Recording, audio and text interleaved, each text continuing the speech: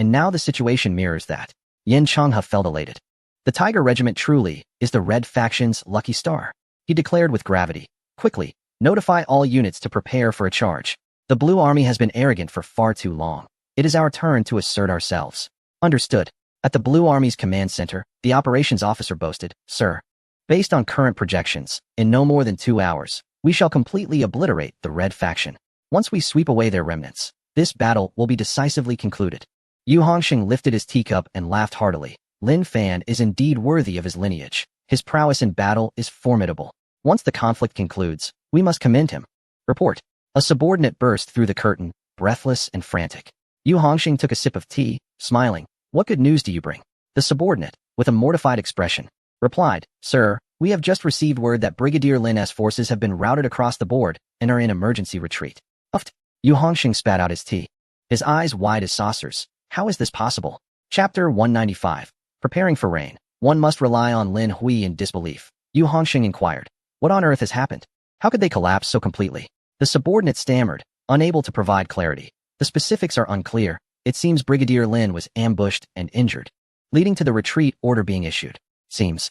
Yu Hongxing slammed the table, shouting, in matters of war, how can there be seams? He pointed angrily at the nearby communications soldier. Immediately contact the 5th Brigade. I must ascertain the truth of this situation. Yes. The communications soldier promptly attempted to establish contact, but after a moment, shook his head and said, Sir, I cannot get through. Yu Hong, filled with ire, paced restlessly within the command center. What on earth is Lin Fan doing? Just moments ago, I lauded his capabilities, and now he falters at a critical juncture. The chief of staff, visibly concerned, inquired. What shall we do now? Yu Hong, brimming with anger, retorted, investigate. We must ascertain the truth behind this debacle. Immediately contact all units of the 5th Combined Brigade and instruct them to halt their retreat. Any who dare to flee will face military justice. Understood. He added. Also, we must locate that scoundrel Lin Fan. I need to understand which cog in his mind has misfired. Once his subordinates departed, Yu Hong took a deep breath, perplexed by the situation. This is uncharacteristic. How could he have made such a grave error? At the exercise directing department, the chief director was momentarily stunned upon receiving the news. What nonsense is this? The Blue Army's main force is in full retreat. How can this be? They were on the brink of victory, and now they suddenly withdraw? Chen Guangming, with a wry smile, shook his head. We are just as bewildered by the specifics. The chief director's expression shifted dramatically, his mind racing. This battle was undoubtedly a guaranteed defeat for the red side, leaving no room for counterattack. How could such an unforeseen event occur? Hurry and investigate, he exclaimed. If the directing department is unaware of what is happening, can it still be called a directing department? Chen Guangming, filled with trepidation, swiftly set about organizing a thorough inquiry into the matter. Simultaneously, the news reached the officers observing from the directing department, causing a stir of discussions among them. What is going on? Why did the Blue Army retreat when victory was in sight? One officer turned to Lin Guangyao. Curiosity etched on his face. Old Lin, what's the deal with your second son? They were about to win, and now they've retreated? Is this not a deliberate gift of opportunity to the red side? Lin Guangyao, with a rueful smile, replied, I am just as perplexed. He was well aware of Lin Fan's audacious and aggressive tactics. Once the bow is drawn, there is no turning back, particularly since the 5th Brigade had advanced with fervor against the red side. Logically, given Lin Fan's temperament, he would never retreat unless completely annihilated by the enemy. Yet, how could they suddenly withdraw en masse? This was simply inconceivable. Lin Guangyao pondered, secretly suspecting. Could it be that this reckless lad has accepted some benefit from the red side, intentionally allowing them an advantage? If that is the case, I shall break his legs. On the battlefield, a certain regiment of the Blue Army, in the midst of an urgent retreat, received a new command. The bewildered commander exclaimed, What? We are not retreating anymore. We are to hold our position? What kind of jest is this? The communications officer awkwardly replied, It is true. The order comes directly from headquarters. Those who disobey will face severe punishment. Confounded, the chief of staff inquired. The brigade commander ordered us to retreat. Yet now headquarters commands us to hold our ground. Whose orders should we heed? The commander, holding his head in despair, lamented. Whose orders? Whoever is higher up. We shall follow the directives from above. Cease the retreat at once. Upon receiving the new orders, the Blue Army units swiftly halted their withdrawal and began to establish defensive positions. However, the red side's assault was relentless and swift. The Blue Army's line has been stretched excessively. Some units have retreated hastily, while others have lagged behind. It has become impossible to establish a coherent combat system akin to that during the offensive. Meanwhile, The red forces relentlessly pursue, capitalizing on the momentum, resulting in significant losses for the Blue Army. News of this rapid development reaches the Blue Army headquarters, inciting Yuhong's furious ire. Wildfires may not be extinguished, and spring winds will bring forth new growth. The red forces, seizing this opportunity, will not relinquish it easily. It seems that local defenses will prove insufficient. Alternative strategies must be devised. The Chief of Staff anxiously remarks, "Sir, this is a chain reaction. Warfare relies on initial momentum. It weakens with each subsequent effort. Moreover, our sudden retreat at such a critical juncture complicates the prospect of reorganizing an offensive." Yuhong's face reddens, veins bulging on his forehead. It is all that Lin Fan's fault. He brings me nothing but trouble. Taking a deep breath, he states solemnly, "Enough? Order the entire army to regroup and retreat 20 kilometers for a redeployment of our battle strategy. We must not allow the red forces to sink their teeth into us." "Yes, sir." 20 kilometers away, a unit of the Blue Army is swiftly retreating. Among the ranks, a somewhat naive private gazes at Captain Lin Hui with admiration. "Comrade squad leader, do I really have a chance to join the Wild Wolf Brigade?" Lin Hui feigns profundity, casting a brief glance at him before replying coolly. "Your name is Zhao Xuanzhu, correct? Although your combat performance has not been remarkable and your shooting is lacking, I believe you possess great potential. Work diligently. I trust that gold will shine in time. I hope to see you in next year's selection." Zhao Xuanzhu, exhilarated, salutes. "Yes, sir. All right, we have tasks to attend to. Let us move." With that, Lin Hui departed from the Blue Army, disappearing from sight. As soon as he left, the surrounding soldiers quickly circled Zhao Xuanzhu, grinning. "Look at you, Xuanzhu. Who would have thought the Special Forces commander would hold you in such high regard?" Zhao Xuanzhu puffed out his chest with pride. "In the past, you all ignored me, but in the future, you won't be able to reach my heights. I'm on my way to the Wild Wolf Brigade." Nearby soldiers burst into laughter. "You think you can join the Wild Wolf? Please. You ranked last in the entire company." The commander was joking, and you took him seriously? Not far off in the woods, Zhang Jiantao approached Lin Hui, bemused. "Lin Hui, how many times has it been now? Are you addicted to this? If you're going to pick someone, choose some promising candidates to encourage. Why do you always go for the worst?" Lin Hui chuckled. "You don't understand. I'm subtly weakening the Wild Wolf's strength. If we face them in next year's exercises, we'll have a better chance of victory." The group collectively raised their thumbs in approval. "You're always thinking ahead." After advancing a bit further, Lin Hui suddenly halted. Wei Ve arrived. Everyone followed the direction of his finger and indeed spotted a heavily guarded camp adorned with numerous antennas in the distance. "This is the Blue Army's command center." Excitement gleamed in their eyes as they prepared for action. Zhou Zhongyi eagerly inquired, "What is the plan?" Lin Hui shook his head. "What plan? We go in directly." Wait. Zhou Zhongyi hurriedly stopped him, saying, You cannot possibly intend to proceed like this?" Lin Hui chuckled. "You guessed correctly." The others were taken aback, exclaiming, "Wait a minute. Do we have no plan whatsoever? If we just walk in, won't they turn us into a sieve?" Lin Hui waved his hand dismissively, grinning. "Fear not. The Blue Army is in utter disarray right now. They won't even notice us. Besides, we are dressed in the attire of the Blue Army's special forces. On our way here, did anyone pay us any mind?" The group exchanged glances, pondering the validity of his assertion. Indeed, not a soul had acknowledged their presence. The ordinary troops genuinely mistook them for members of the Wild Wolf Special Forces, regarding them with reverence. Particularly Lin Hui, who, adorned in the uniform of the Wild Wolf's captain, had received numerous salutes from the Blue Army personnel along the way. Quite the mischief. Lin Hui gestured. "All right then, let's proceed as I instructed. If anything goes awry, the commander will take responsibility." Zhou Zhongyi nearly spat blood. Is that even human logic? Yet, he refrained from arguing. Despite the boy's seemingly unreliable demeanor, he had never failed before. "Let us go." Lin Hui waved his hand, leading the group confidently towards the Blue Army headquarters. Chapter 196. Where are all the forces for the strong assault? Lin Hui strode forward boldly. When they were only 300 or 400 meters away, he halted and began instructing the group. "3rd Company Commander, you take part of the men to the left. 5th Company Commander, you lead a portion to the right. Wait for my command before launching the attack. The rest will follow me through the main entrance. We shall overwhelm the Blue Army headquarters." A question arose. Suda looked at Lin Hui and asked, "The main entrance is heavily guarded. Our uniforms will be of no use. What if we are stopped?" Everyone turned in unison to face him. Lin Hui laughed heartily. "Worry not. I have already devised a plan. Anyone who dares to stop us will face our wrath." Suda, exasperated, replied, "Are you suggesting we force our way in?" Lin Hui's expression turned serious. When dressed in red, it's called a forceful breach. In Blue Army attire, it is termed a clever maneuver. Suda's mouth twitched, realizing that, after all, it still amounted to a strong assault. He shook his head. This is truly reckless. If a fight breaks out, we will surely suffer losses. Lin Hui, with an air of nonchalance, reassured him, it will be fine. I've observed their headquarters. They have at most 1,000 personnel. The Blue Army is currently preoccupied with their retreat, in complete chaos. If a confrontation arises, they may not stand a chance against us. The group exchanged glances, acknowledging that while the plan seemed barbaric, it bore a semblance of logic. The various divisions of the Blue Army were in a hasty retreat, their vigilance notably low. Otherwise, they would not have been able to blend into the Blue Army ranks and slip through undetected. Zhou Zhongyi finally spoke. Let us proceed as you said. Lin Hui nodded and signaled to the left and right.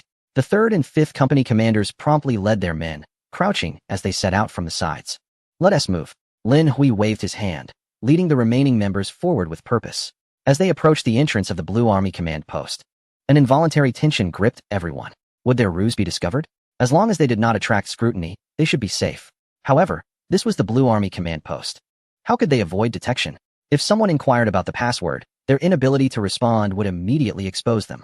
Lin Hui lowered his voice, cautioning, stay composed. Let us not reveal any flaws before we even arrive. The group inhaled deeply, striving to appear as calm as possible. Soon, they found themselves at the entrance. Yet, no one came forward to interrogate them. There were neither visible nor concealed sentries. Wang Yong, perplexed, remarked, how strange. Why is no one stopping us? Can they not see us? Or have we become invisible? Suda replied cautiously, the absence of people outside does not guarantee safety within. It is wise to remain vigilant. Should an unforeseen circumstance arise, we must be prepared. Lin Hui nodded, stating, perhaps the Blue Army has yet to realize what is happening. This is our opportunity. Once we enter, should anyone attempt to obstruct us, we will act decisively. Everyone nodded solemnly, their gazes sharpening as if the entrance concealed some monstrous entity. With anxious hearts, they proceeded inside. Yet, to their astonishment, no one attempted to halt their progress. No one. That was unexpected. Chen Eru turned back, playfully moving in and out of the doorway, exclaiming, I'm out, I'm in, I'm out again, I'm back in. Wang Yong, astonished, responded, hey, there truly is no one here to stop us. Hui Gu, have we come to the wrong place? Lin Hui, equally puzzled, suddenly noticed a group not far off busily moving items. Hurry, gather everything and prepare to leave. Understood. Lin Hui quickly realized they were in the midst of an urgent evacuation, preoccupied with packing. Suda remarked, I can't shake the feeling that your plan to divide our forces into 3 paths is somewhat excessive. Lin Hui awkwardly scratched his nose, admitting, it does seem a bit superfluous. I didn't expect the Blue Army to be in such disarray, all focused on evacuating. I need to contact them and urge them to come quickly. He swiftly used his communicator to reach out to the 3rd and 5th Company leaders, instructing them to abandon their ambush and enter through the main gate. After relaying his message, Suda smiled and asked, so, what shall we do now? Lin Hui surveyed the surroundings and grinned mischievously. Since the other side is in such disarray, let us stoke the flames further. Squad leader, you and the others follow me. The rest should disperse and act as the situation dictates. Understood. Everyone rubbed their hands together, grinning as they fanned out like dandelion seeds across the camp's perimeter. Lin Hui led his group purposefully toward the largest tent within the camp. At that moment, the leaders of the 3rd and 5th Companies hurriedly approached the main entrance. Observing the seemingly unguarded gate, they exchanged incredulous glances. What on earth? Not even a guard? Why go through all this trouble? We could have simply walked in through the front. Enough complaining. Let us get to work, came the reply. Following Lin Hui's orders, the group swiftly dispersed. To the north of the camp, Wang Yong and Chen Eru wandered about aimlessly, as if strolling down a leisurely street. As they observed a group of individuals busily loading items onto a vehicle, 2 curious onlookers approached and inquired, what are you doing? We're moving supplies. Aren't we supposed to retreat soon? Replied a lieutenant, wiping the sweat from his brow. Chen Eru chuckled and offered, need a hand? I'm quite strong and can move things quickly. The lieutenant, engrossed in his task, waved him off. No need, we'll be done shortly. Which unit are you from? I don't believe I've seen you before. Wang Yong smiled. We are from the Red Team, so it's understandable you Haven T encountered us. Oh, the Red Team. The lieutenant's words trailed off as he suddenly realized. Raising his head, he found Wang Yong aiming his firearm at him. Chen Eru also brandished his weapon, commanding, don't move. Raise your hands. Lin Hui lifted the curtain and entered the command room with his men. The command room was in disarray, with everyone preoccupied with organizing their belongings for an urgent retreat, oblivious to their entrance. Lin Hui glanced back and instructed, squad leader, disperse and each find a target. Suda asked, what about you? Lin Hui, eyeing the man adorned with wheat stalks on his shoulder, replied with a mischievous grin, I'm going after the highest-ranking officer. With that, he strode directly toward Yu Hongsheng. At that moment, Yu Hongsheng was surrounded by several combat advisors, intensely devising plans while examining a map, completely unaware of the approaching presence. Once they reached this position, they would redeploy the defense line. Lin Hui stood behind, craning his neck, fixated on the map, nodding in agreement at the intriguing points, making it appear as if he were also an advisor for the Blue Army. Suddenly, a barrage of gunfire erupted outside. What was happening? Everyone in the command center halted their activities. Yu Hongsheng swiftly raised his head, loudly demanding to know the situation. Lin Hui shouted from the back, "Report." "Sir, the red team is attacking." Yu Hongsheng furrowed his brow. "Which unit from the red team? When did they arrive? Why wasn't TI informed?" Lin Hui looked up, a wicked grin on his face. "It's the red team's Tiger Regiment, which I personally brought here." Yu Hongsheng turned around and, upon seeing Lin Hui standing behind him like a specter, jumped in fright. Chapter 197. Lin Guanyao was taken aback. How could that rascal accomplish such a feat? Upon seeing Lin Hui, Yu Hongsheng felt a chill run down his spine. How did the red team infiltrate? Where were the guards? What had they been doing that allowed this breach? Yu Hongsheng hurriedly retreated, shouting at the top of his lungs, "Someone, come quickly." Lin Hui rubbed his hands together, grinning mischievously. "Go ahead and call. Shouting until your throat is hoarse won't help. Listen to the commotion outside. It seems you haven't grasped your current predicament." Yu Hongsheng was momentarily stunned, struggling to comprehend the situation. Suddenly, Lin Hui yelled, "Attack!" Suda and the others immediately engaged their targets. Gunfire erupted, and every officer within the command center fell. In the ensuing chaos, Yu Hongsheng attempted to draw his pistol from his waistband. But before he could even extract it from its holster, a group of burly men descended upon him. "What on earth are you all up to?" In the next moment, Yu Hongsheng found himself overwhelmed by 6 or 7 individuals, pinning him to the ground. His bones felt as if they were about to break. In agony, he cried out, pounding the ground. Lin Hui waved his hand dismissively. "Bind him." The group stepped aside as Su De produced a bundle of rope, promptly securing the Blue Army commander in a rather humiliating fashion. The ropes twisted around him like a tortoise shell, exposing all his vulnerable areas. Yu Hongsheng, his face flushed with embarrassment, erupted in a torrent of curses. "How dare you? Can't you bind me properly? What sort of nonsense is this? Are you mentally deranged?" Su De chuckled lightly. "Chief, you fail to understand. This is art." Lin Hui, observing the scene, felt a twitch at the corner of his mouth. Oh dear, even this upright squad leader has begun to engage in such antics. Surely, he must reprimand that rascal Wang Yong later for corrupting the atmosphere of the 6th Company.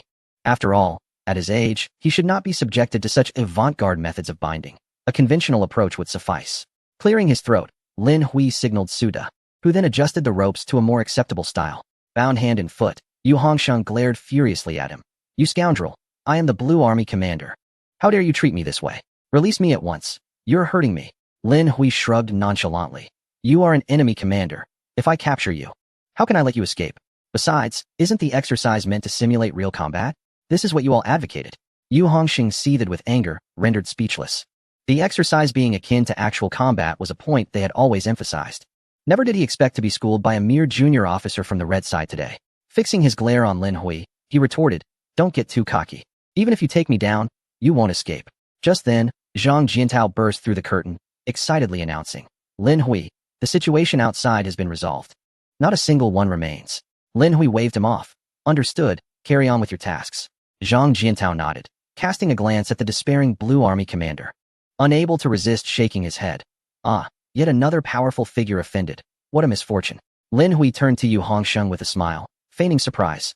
"Comrade commander, what did you just say? Who won't escape, and what are we running from?" Yu Hongsheng's face reddened, veins bulging on his forehead. This insufferable individual was pushing his buttons. Were it not for the ropes binding him and his advancing age, he would have surely sought to silence him. Taking a deep breath, Yu Hongsheng indignantly said, "You dare." Before he could finish, Lin Hui fired a shot directly at his chest. A cloud of white smoke billowed forth, nearly causing Yu Hongsheng to choke on his own fury. "Couldn't you at least wait for me to finish my sentence before shooting?" He glared at Lin Hui. "You bastard, who told you to fire? Wasn't he the plan to capture me alive?" Lin Hui replied casually, "I just thought taking you along would be too troublesome. I have to cater to your needs for food and drink. It's better to eliminate you than to take you prisoner." Yu Hongsheng felt an overwhelming urge to spit blood. If you were going to execute me, you could have done it sooner.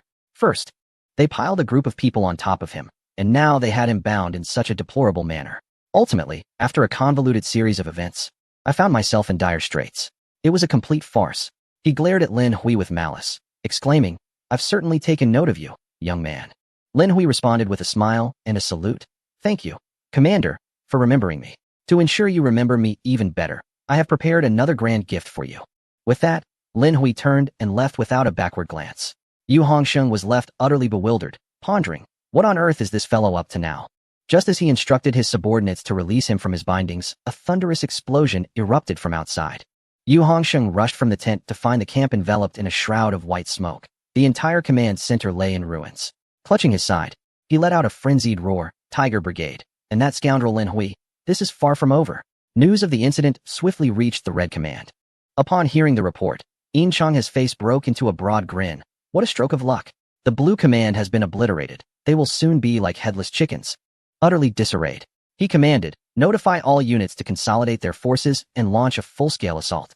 Understood. As his subordinate turned to leave, the chief of staff, brimming with excitement, inquired, "Commander, do you think this was the work of the Tiger Brigade?" Yin Changha replied with an unmistakable smile, "Is there any doubt? Who else possesses such capability? This unit is truly remarkable. How did I not realize before that we had such an exceptional force in the southwest? When this is over, I must personally commend them. Especially that Lin Hui. He is full of clever ideas and possesses an innate commander's aura. He must be nurtured and cultivated." Meanwhile, the director received the news. His expression one of disbelief. How could the Blue Command suddenly explode amidst a well-fought battle? What on earth happened? His subordinate quickly responded. It is said that a regiment from the red side stealthily maneuvered and took out their command center, the so-called Tiger Brigade. Chen Guangming, nearby, asked, "What about the Blue Commander?" "He was killed. All the senior officials in the command center are dead." At that moment, a heavy silence fell over the scene. No one had anticipated such an occurrence. Lin Guangyao was equally taken aback, perplexed as to how the blue side had so abruptly descended into chaos. "Commander Lin," the director approached him, clearing his throat. Lin Guangyao looked at him and asked, "What is the matter?" The director, with a peculiar expression, inquired, "Do you have a young son in the Red Tiger Brigade?" Lin Guangyao paused, momentarily taken aback, then nodded absently. "Yes, that is correct. Why do you ask?" The director, both amused and exasperated, replied, "I suspect your son is likely behind this." "What?" Lin Guangyao's head buzzed, his expression one of utter confusion. That rascal could not possibly have orchestrated something of this magnitude. It's impossible, absolutely impossible. Chapter 198. The Blue Command encircles Lin Hui, breaking his legs due to the destruction of the Blue Command. The remaining forces were left to fend for themselves. Initially, the Blue Forces' battle strategy revolved around coordinating an offensive with the 5th Brigade. However, Lin Hui's false report regarding troop movements caused the 5th Brigade to retreat hastily, thereby disrupting the entire combat plan. The disconnection among the various units has become exceedingly severe. Even when communication is established, effective combat deployment remains elusive. Presently, the Blue Army resembles a headless chicken, with each soldier operating independently. However, at this moment, the overall strength of the Blue Army still surpasses that of the Red side. Seizing the opportunity, while the Blue Army lacks cohesive command and cannot concentrate its forces to leverage its full advantages, the Red side mobilizes all its main forces to strike decisively. They infiltrate directly through the Blue Army's defenses and redirect their remaining troops to launch fierce assaults on the Blue Army's vulnerable flanks. Employing a strategy of overwhelming numerical superiority to swiftly diminish the Blue Army's combat effectiveness. In less than half a day, the Blue Army suffers catastrophic losses, losing over 60% of its fighting force. Furthermore, the remaining units fail to mount an effective counteroffensive. 3 hours later, the command center decisively determines the Blue side's withdrawal from the exercise, declaring the Red side victorious. As evening falls, the exercise concludes, and senior officials from both sides gather at the command center to debrief. Yu Hongsheng has been waiting there since early morning, seething with anger as he prepares to confront Lin Hui. Where is that little rascal? Where has he gone? Lin Fan stands silently beside him, a frost upon his face, his furious gaze scanning the crowd of red soldiers. "You little punk, when I catch you, you're done for." Just then, a warm beam of yellow light shines from afar. A command vehicle comes to a stop outside the command center. Yin Changha steps out of the vehicle, and upon seeing Yu Hongsheng's grim countenance, he greets him with a smile. "Commander Yu, are you waiting for me?" Yu Hongsheng snorts coldly. "Indeed. Your presence is quite significant." Yin Changha bursts into laughter. "I heard you all but committed harakiri during the exercise. How could this be? It's quite improper. I merely dispatched a few bare soldiers to engage casually, and yet it turned into this debacle? You must allow us some credit. This is rather embarrassing for me. I suppose I'll have to treat you to drinks later." Yu Hongsheng's face reddens with fury. "Who wants to drink your wine? Who asked for your help? You sent a bunch of scoundrels to us. You've won through dishonorable means." Yin Changha pretends not to understand. "What? I can't quite grasp what you're saying." Yu Hongsheng, uninterested in banter, suddenly states, I admit defeat this time. I want to pursue the matter with your other personnel. I specifically want that little rascal from your Red Tiger Regiment. Bring him to me. I wish to challenge him one-on-one. Lin Fan, fuming, interjects. His name is Lin Hui. He is the most unscrupulous one in the exercise. Yu Hongsheng's voice rises an octave. Yes, that is the one called Lin Hui. Summon him to me. Seeing the two men's exasperated expressions, Yin Changhe feels a surge of delight. That lad is a treasure, indeed the greatest asset of the red side. He has already gathered all the necessary information. This victory for the red side is firmly rooted in the young man's ingenuity. Seeking revenge against him? Not a chance. Yin Changhe feigns surprise, turning back to ask, who did he just mention? Lin what? Do we have such a person in the red side? His subordinate quickly shakes his head, not quite sure. Perhaps he is a junior officer? Oh, Yin Changhe chuckled and said, I apologize. It seems that this unit is the weakest among our red forces. As for the officers involved, I wouldn't know who is who. He continued in a serious tone. I truly regret this. Once I find out, I shall certainly deliver a stern reprimand. How can our allies leave such vulnerabilities exposed, only to plunge headlong into them? Is it impossible to grant them a chance for survival? Yin Changhe then turned to the two individuals, his face full of regret. I heard that they executed both of you. How could they act this way? After all, you are commanders of the Blue Army. You should have been captured alive. The two were so incensed that their faces flushed with anger. Yu Hongsheng demanded furiously, I'll ask you just once. Are you going to hand over the person? Yin Changhe shrugged. I don't know him. How could I hand him over? Oh, come on. Old you at your age. Why are you still competing with the younger generation? That is unnecessary. Just as he finished speaking, a voice echoed from the director's office. All officers of regiment level and above from both the red and blue sides. Please report to the conference room immediately for the exercise debriefing. Others, please proceed to designated areas for rest. Dinner is ready. Yin Changhe smiled and said, the debriefing is underway. I must take my leave.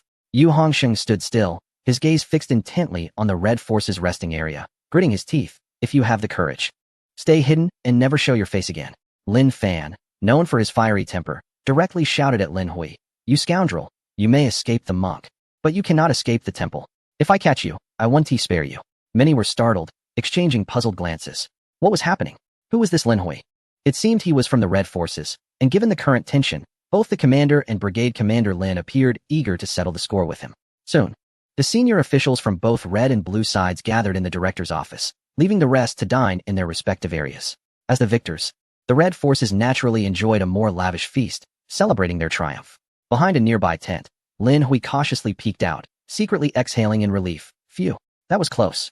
Next to him, Su sighed with relief. Indeed, that was perilous. Lin Hui chuckled, feeling fortunate. Thank goodness we arrived last. If we had been ahead, goodness knows what would have happened to us. Wang Yong appeared anxious. Brother Hui, even if we escape today, we may still face consequences tomorrow. Did you not see how furious the Blue Army commander was? He looked as though he wanted to devour someone. Chen Eru expressed his grievances. In this exercise, we've offended everyone we could. What if they seek revenge in the future? Lin Hui patted the two. What is there to fear? We are in the Southwest Theater, not the Southeast. What could they possibly do to us?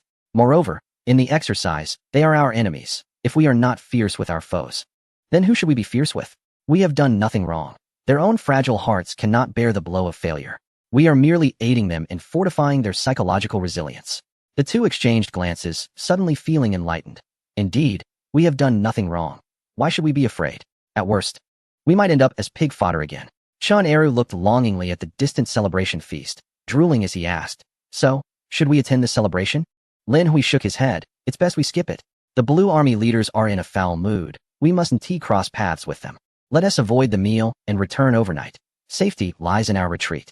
Indeed, there is no place safer than our home. The two nodded in agreement. Others shared the same sentiment and promptly returned home. They feared that while dining, they might be besieged by the Blue Army, their heads forced into the dishes for a thorough beating.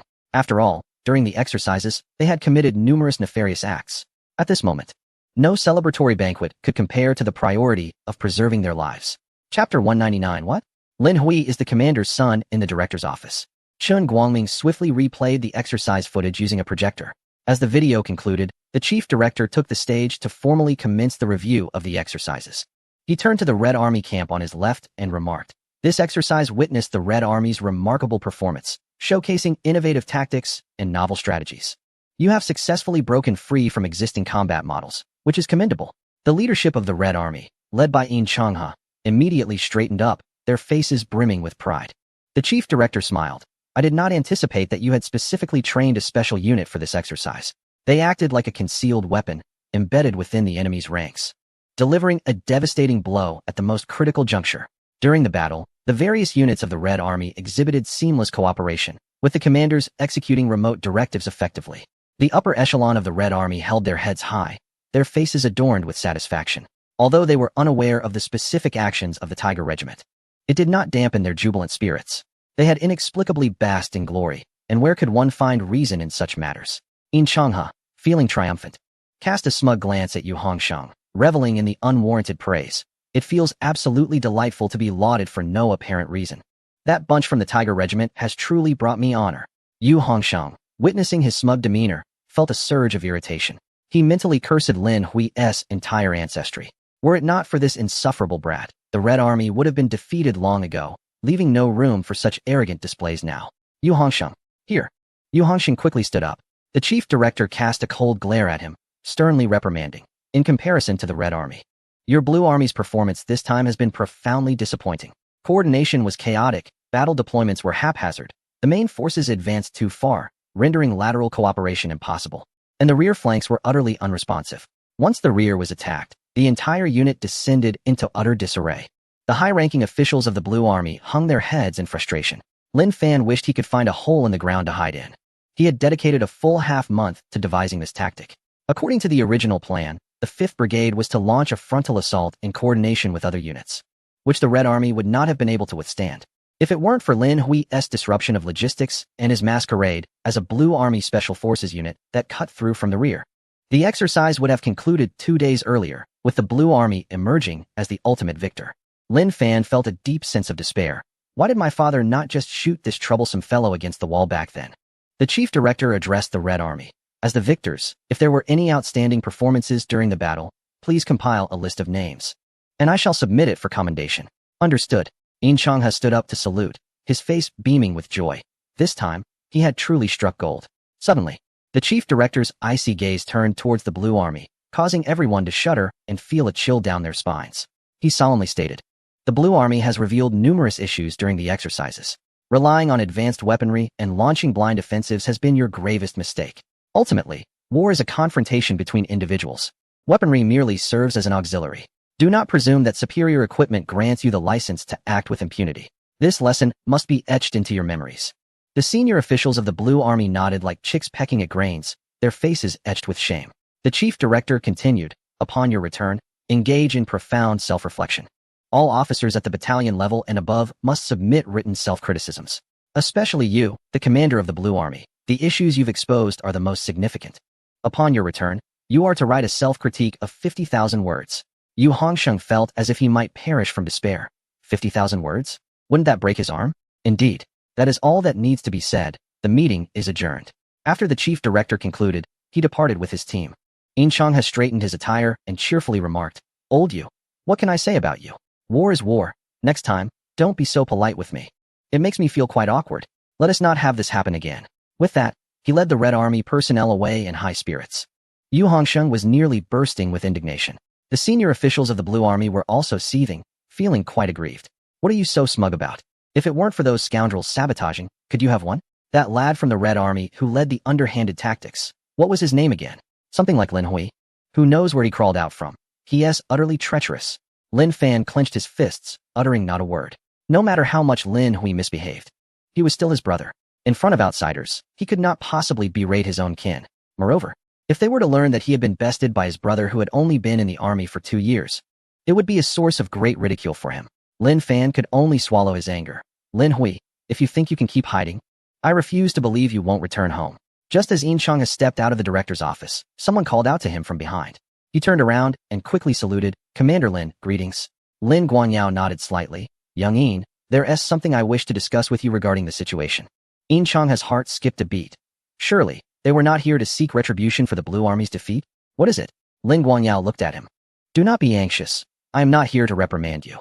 The exercises have concluded, and your performance in this battle was indeed commendable." Yin Changhe immediately released a breath of relief, smiling as he replied, "Thank you for the compliment, Commander." Lin Guangyao, with a smile in his eyes, said, especially your Red Army. That unit known as the Tiger Regiment has achieved remarkable feats. I wish to understand the extent of the involvement of a certain young man named Lin Hui in this regiment's accomplishments. In Changhe instantly panicked, judging by the tone. This seemed like an inquiry that could lead to repercussions. Lin Hui, oh Lin Hui, you have drawn too much ire. It was one thing for the Blue Army Brigade Commander and Division Commander to besiege you at the Director's office, but now even the Commander himself has come knocking? Although Lin Hui was merely a junior officer, In Changhe had a rough understanding of his significant contributions during the exercises. It could be said that the Red Army's victory was largely thanks to his various nerve-wracking maneuvers. As the commander of the Red faction, he could not engage in such treacherous actions. It was imperative to safeguard that young man. In Changhe feigned surprise, saying, "Sir, I seem to recall that individual. He appears to be a junior officer.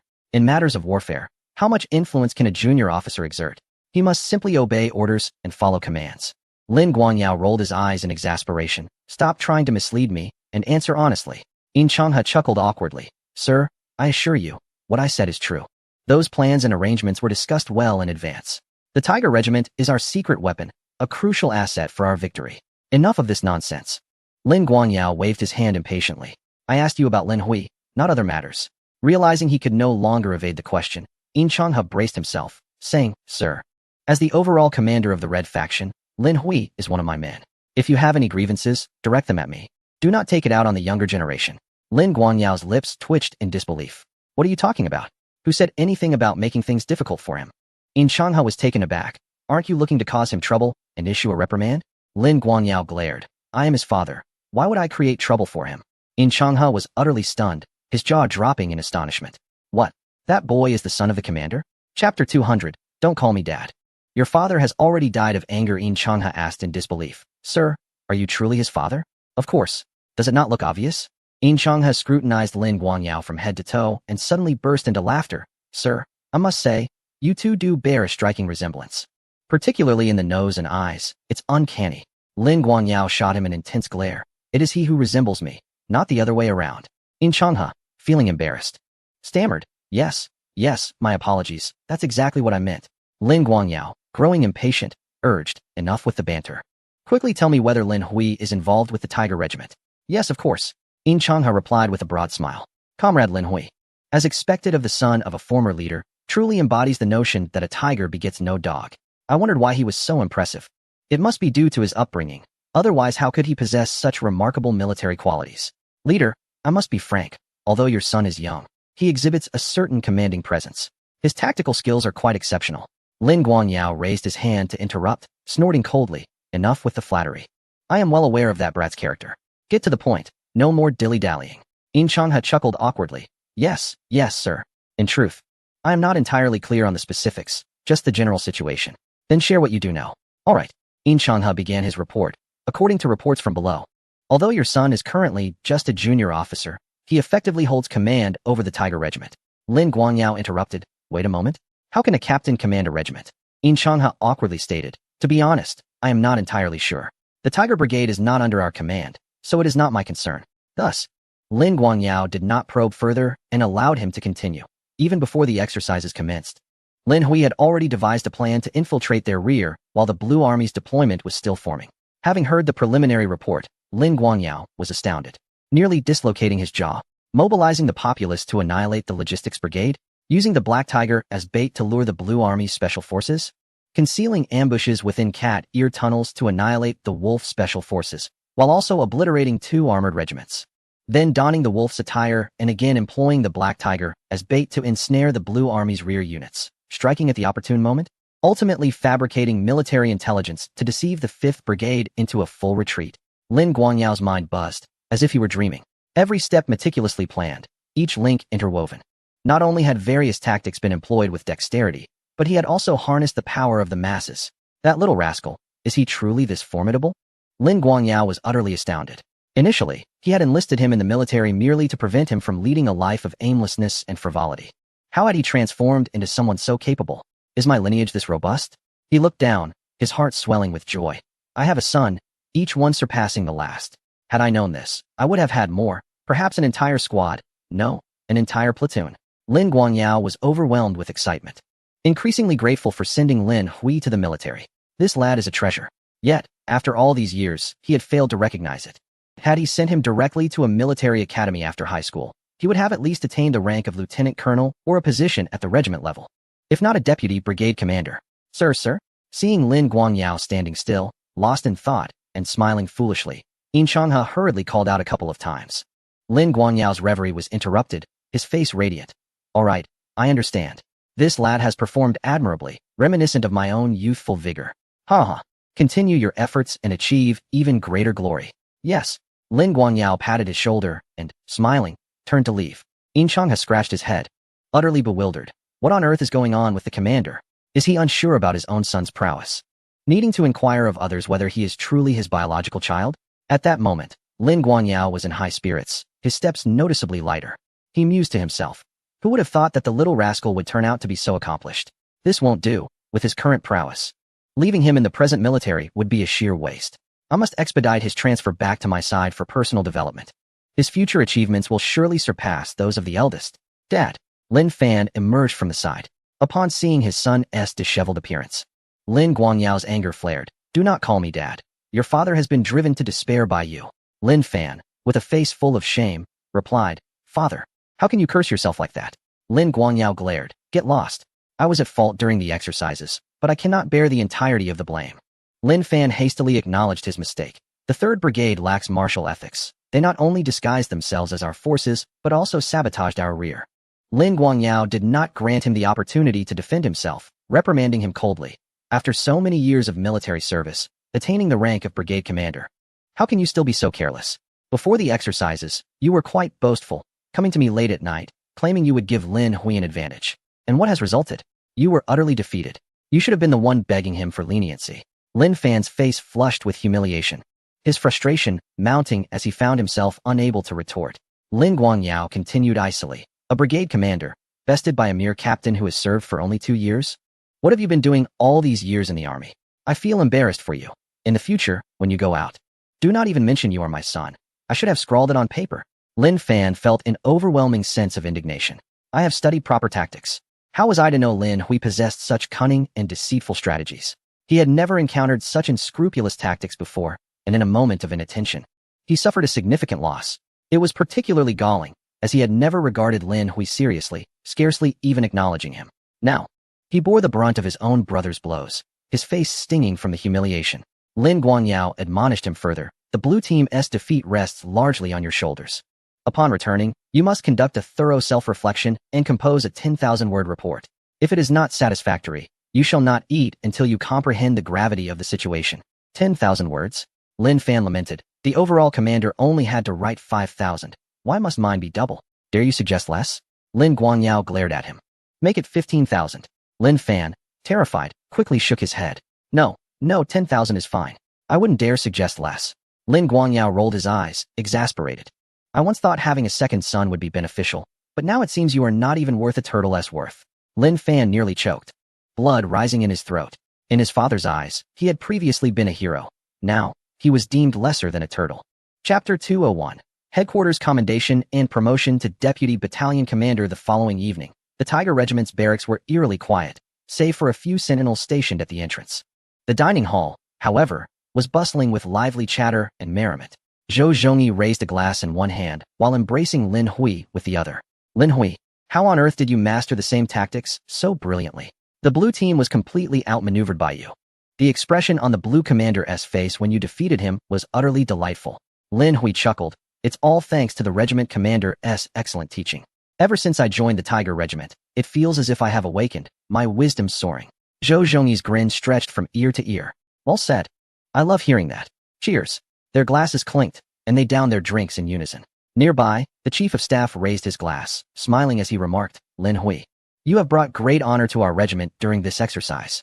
If it were a real battle, you would undoubtedly be hailed as a war hero. Zhou Zhongyi slapped him on the shoulder, exclaiming, Indeed, you are a true hero among heroes. Your contributions this time are immeasurable. Lin Hui rubbed his hands together and asked with a smile, Commander, since we've reached this point in our conversation, could I possibly be appointed as a battalion commander? A few battalion commanders nearby instantly changed their expressions, their appetites for the chicken legs in their hands suddenly waning. After contemplating for a moment, Lin Hui added, If a battalion commander is out of the question, then a deputy battalion commander would suffice. At that, a deputy battalion commander sprayed his drink in surprise. The group set down their chopsticks, glaring at him with narrowed eyes. Was he brazenly attempting to usurp their positions? The Tiger Regiment was already fully staffed with battalion and deputy battalion commanders. With Lin Hui's arrival, someone would have to step down. Who would willingly agree to that? Zhou Zhongyi patted Lin Hui on the shoulder and laughed heartily. Rest assured, this time, when it comes to rewards, your merits are the greatest. And the accolades will certainly be substantial. However, the specific arrangements are beyond my authority. They must be determined by the higher-ups. Lin Hui nodded, harboring quiet anticipation. What kind of reward would he receive this time? Promotion was of little concern to him. What truly captivated him was witnessing his second brother commanding with such charisma and authority during the exercises. At that moment, he suddenly understood why his father had always held him in disdain. Within him, a profound transformation had taken place. The extravagant, carefree days outside held no allure for him anymore. In his heart, a man's romance ought to be on the battlefield, commanding tanks and galloping across the sands of war. If his second brother could command a multitude, why couldn't Lin Hui wield the strength of 100,000 troops? The mere thought of such a scene sent exhilarating shivers through him. The following morning, a piercing whistle echoed throughout the barracks. Everyone hastily paused their tasks and rushed to the playground to assemble. Soon, 2 black sedans approached from the distance, halting at the edge of the field. Brigade Commander Lu Qingsong, along with the Red Side Commander Yin Changha, escorted a middle-aged man with a square face, Wang Quan, the minister of the headquarters training department, toward the playground. Zhou Zhongyi hurriedly trotted over, saluting the 3 men. Report, sir. The Tiger Regiment has assembled completely. Please give your instructions. Wang Quan glanced back briefly. And Yin Changhe and Lu Qingsong gestured for him to proceed. Wang Quan stepped in front of the ranks, surveyed the formation, and bellowed, attention, at ease, attention.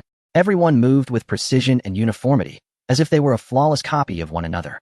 The momentum was impressive. A satisfied smile spread across Wan Chuan's face as he declared, I have come on behalf of the headquarters specifically to reward you. Excitement flickered in everyone's eyes, and Lin Hui felt a surge of exhilaration. What kind of reward awaited them this time? Wang Quan turned to Zhou Zhongyi and remarked, the Tiger Regiment exhibited outstanding performance in this exercise, playing a crucial role in the Red Side's victory. Zhou Zhongyi quickly responded with humility, sir. The victory in the exercise was the result of collective effort from everyone on the Red Side. Beside him, Yin Changhe chuckled, come now, Xiao Zhou. No need for modesty. Since the leadership has acknowledged it, this is indeed your merit. He sighed. If it weren't for your team dismantling the Blue Army's logistics, eliminating the Wild Wolves, and thoroughly disrupting the 5th Brigade's combat layout, it would have been exceedingly difficult for the Red Side to secure victory. The higher-ups are quite attentive to your contributions. Minister Wan specifically came to commend you, particularly to acknowledge those who have made outstanding contributions during the exercise. Zhou Zhongyi turned to glance at Lin Hui. Without a hint of hesitation, he immediately reported, Report, leader. Comrade Lin Hui from our regiment has demonstrated the most exceptional performance in the exercise. This victory is largely attributed to his efforts. Wang Quan turned to observe Yin Changhe, and then looked at Lu Qingsong beside him, suddenly bursting into laughter. The other 2 joined in, leaving Zhou Zhongyi perplexed, unsure of what had amused the 3 leaders. Lu Qingsong cleared his throat and lowered his voice. The specifics of the exercise are already known to the higher-ups. Today's leaders came specifically for him. It has nothing to do with you. Zhou Zhongyi nearly choked with disbelief. If it has nothing to do with me, you should have said so earlier. Fortunately, he had managed to maintain his composure at a critical moment, avoiding the temptation to take undue credit. Otherwise, he certainly would have faced a reprimand. Lin Hui. Yes. Lin Hui responded promptly, saluting, good day, sir. Wang Quan looked at Lin Hui with a serious demeanor, stating, Comrade Lin Hui, in light of your outstanding performance during the exercise, the higher authorities have decided to award you a first-class merit medal. Everyone's eyes widened in astonishment. Even Lin Hui was taken aback. In peacetime, receiving a first-class merit requires one to risk their life. Although he already possessed one for saving someone at great personal risk, it is typically the case that those with notable contributions in exercises are awarded no more than a second-class merit. To his surprise, he had now been awarded a first-class merit medal for this exercise, a truly extraordinary honor. Thank you, sir. Lin Hui received the small box containing the medal and saluted solemnly. Wang Quan nodded with a smile. Additionally, the higher authorities have decided to promote you to the rank of Deputy Company Commander. Recently, you were already promoted to the rank of Captain, so this time, only your position is elevated, while your rank remains unchanged. Lin Hui's heart soared with joy.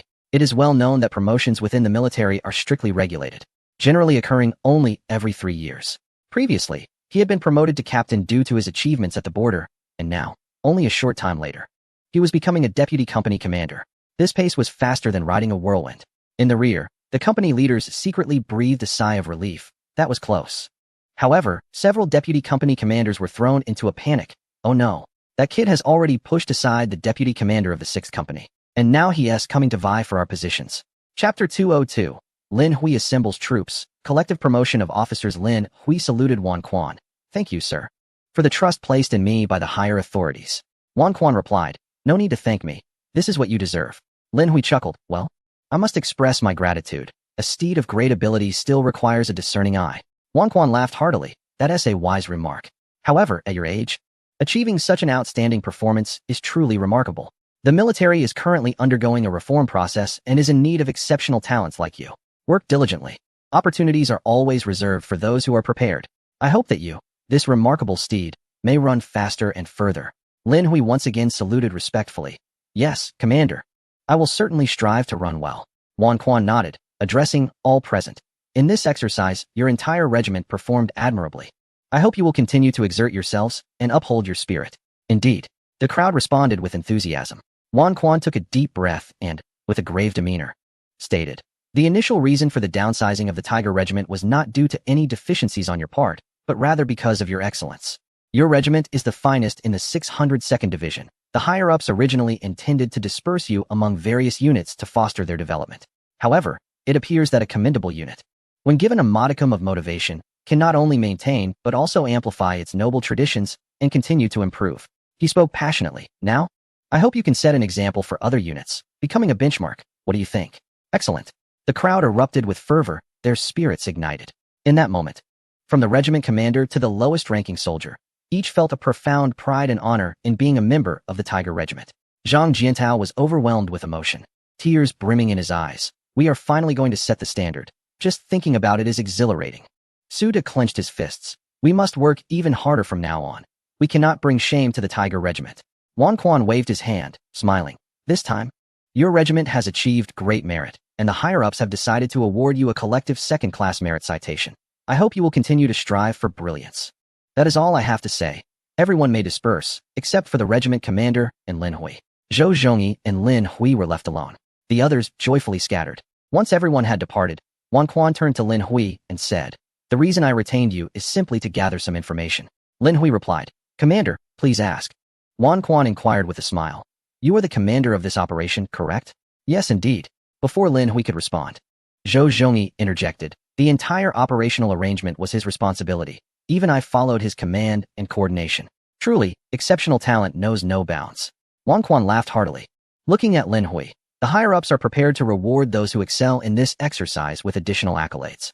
Some exceptional officer promotion slots have been allocated. Since you are the operational commander, I entrust you with the arrangement of these slots. Lin Hui was elated. Such authority was granted so freely? He smiled. Commander, I shall not be modest. I indeed have a few suitable candidates in mind. Wang Quan crossed his arms, immediately intrigued. Pray tell, what makes them suitable? Zhou Zhongyi also looked at Lin Hui, curious about his selections. Without hesitation, Lin Hui declared, the individuals I wish to recommend are Su De, Wang Yong, and Chen Eru. He took a deep breath and stated earnestly, Su De is a 9-year veteran. Throughout these years, he has been diligent and responsible in his duties. Albeit his educational background is somewhat lacking. Nevertheless, he meets all the essential qualities of a good soldier. He has never given up on self-improvement and has made remarkable progress recently, demonstrating exceptional performance in the exercise. I firmly believe that, if given the opportunity, he will surely have greater room to excel. Zhou Zhongyi promptly nodded. Chief, this indeed is an exceptional soldier. He excels in every aspect. And Lin Hui is the one who has nurtured him. Many of our top soldiers have been brought up by him. Wang Quan acknowledged with a nod. If that is the case, then this soldier undoubtedly meets the criteria. What about the other two? Lin Hui awkwardly rubbed his nose. Those two are somewhat peculiar. They are a couple of fools. A couple of fools. Wang Quan chuckled, and the others couldn't help but laugh as well. Lin Hui quickly clarified. Chief, please do not misunderstand. I mean it as a compliment. Wang Yong and Chen Eru have been with me since our days in the recruit company, and later, we were assigned to pig farming together, eventually returning here through our merit. Though they may appear a bit eccentric, their minds are exceptionally sharp, and their thinking transcends the ordinary. Furthermore, from the very first exercise until now, they have each played a significant role, truly rare talents. He added, although I have a close relationship with them, I approach this with an objective mindset. They genuinely possess the capability to be promoted to officers. If possible, I hope the leadership will consider them. Wang Quan laughed heartily. No problem. Are these the only three? After some contemplation, Lin Hui continued. There is also a soldier named Zhang Wei. He is quite commendable. Although his foundation is not strong, he is eager to learn and willing to endure hardships. Recently, he has made significant progress in various areas and has been very diligent. If possible, I suggest we include him as well. Upon seeing Wang Quan's gaze shift towards him, Zhou Zhongyi promptly stepped forward. I wholeheartedly support him. Lin Hui has a keen eye for talent, and the individuals he selects are undoubtedly worthy. Lu Qingsong also chimed in. Given that Lin Hui's capabilities have already been recognized by the regiment, I trust his judgment. Wang Quan laughed again. Since everyone agrees, I shall submit their names for promotion. All four will be exceptionally elevated to the rank of second lieutenant. Lin Hui felt a joy surpassing that of receiving an award and immediately stood at attention, saluting.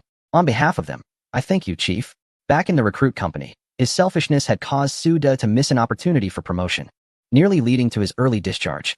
Although he later made amends by assisting Su De in earning merit during exercises, it only meant a few more years of service. Lin Hui understood that the squad leader was someone who genuinely loved the military and was willing to give everything for it. Such individuals are the truest soldiers. Whether to make amends for past shortcomings or to foster the better development of the unit, Lin Hui felt it was imperative to provide Su De with this opportunity. This would allow him to continue to shine and contribute even more to the military. As for the duo of Wang Yong and Chen Eru, thinking of their mischievous antics made Lin Hui unable to suppress a smile. Although they were always joking around and addressing him in an endearing manner, like little shadows, they had consistently worked hard behind the scenes. Their rigorous training from dawn till dusk was to ensure they did not lag behind. Now, their capabilities had long surpassed those of seasoned veterans in the elite squad. When well coordinated, taking on a few special forces would be a trivial matter. Thus, granting them this opportunity was indeed justified. As for the final matter, Lin Hui contemplated that it would be prudent to secure an additional position, for after all, the fertile waters should not flow to outsiders.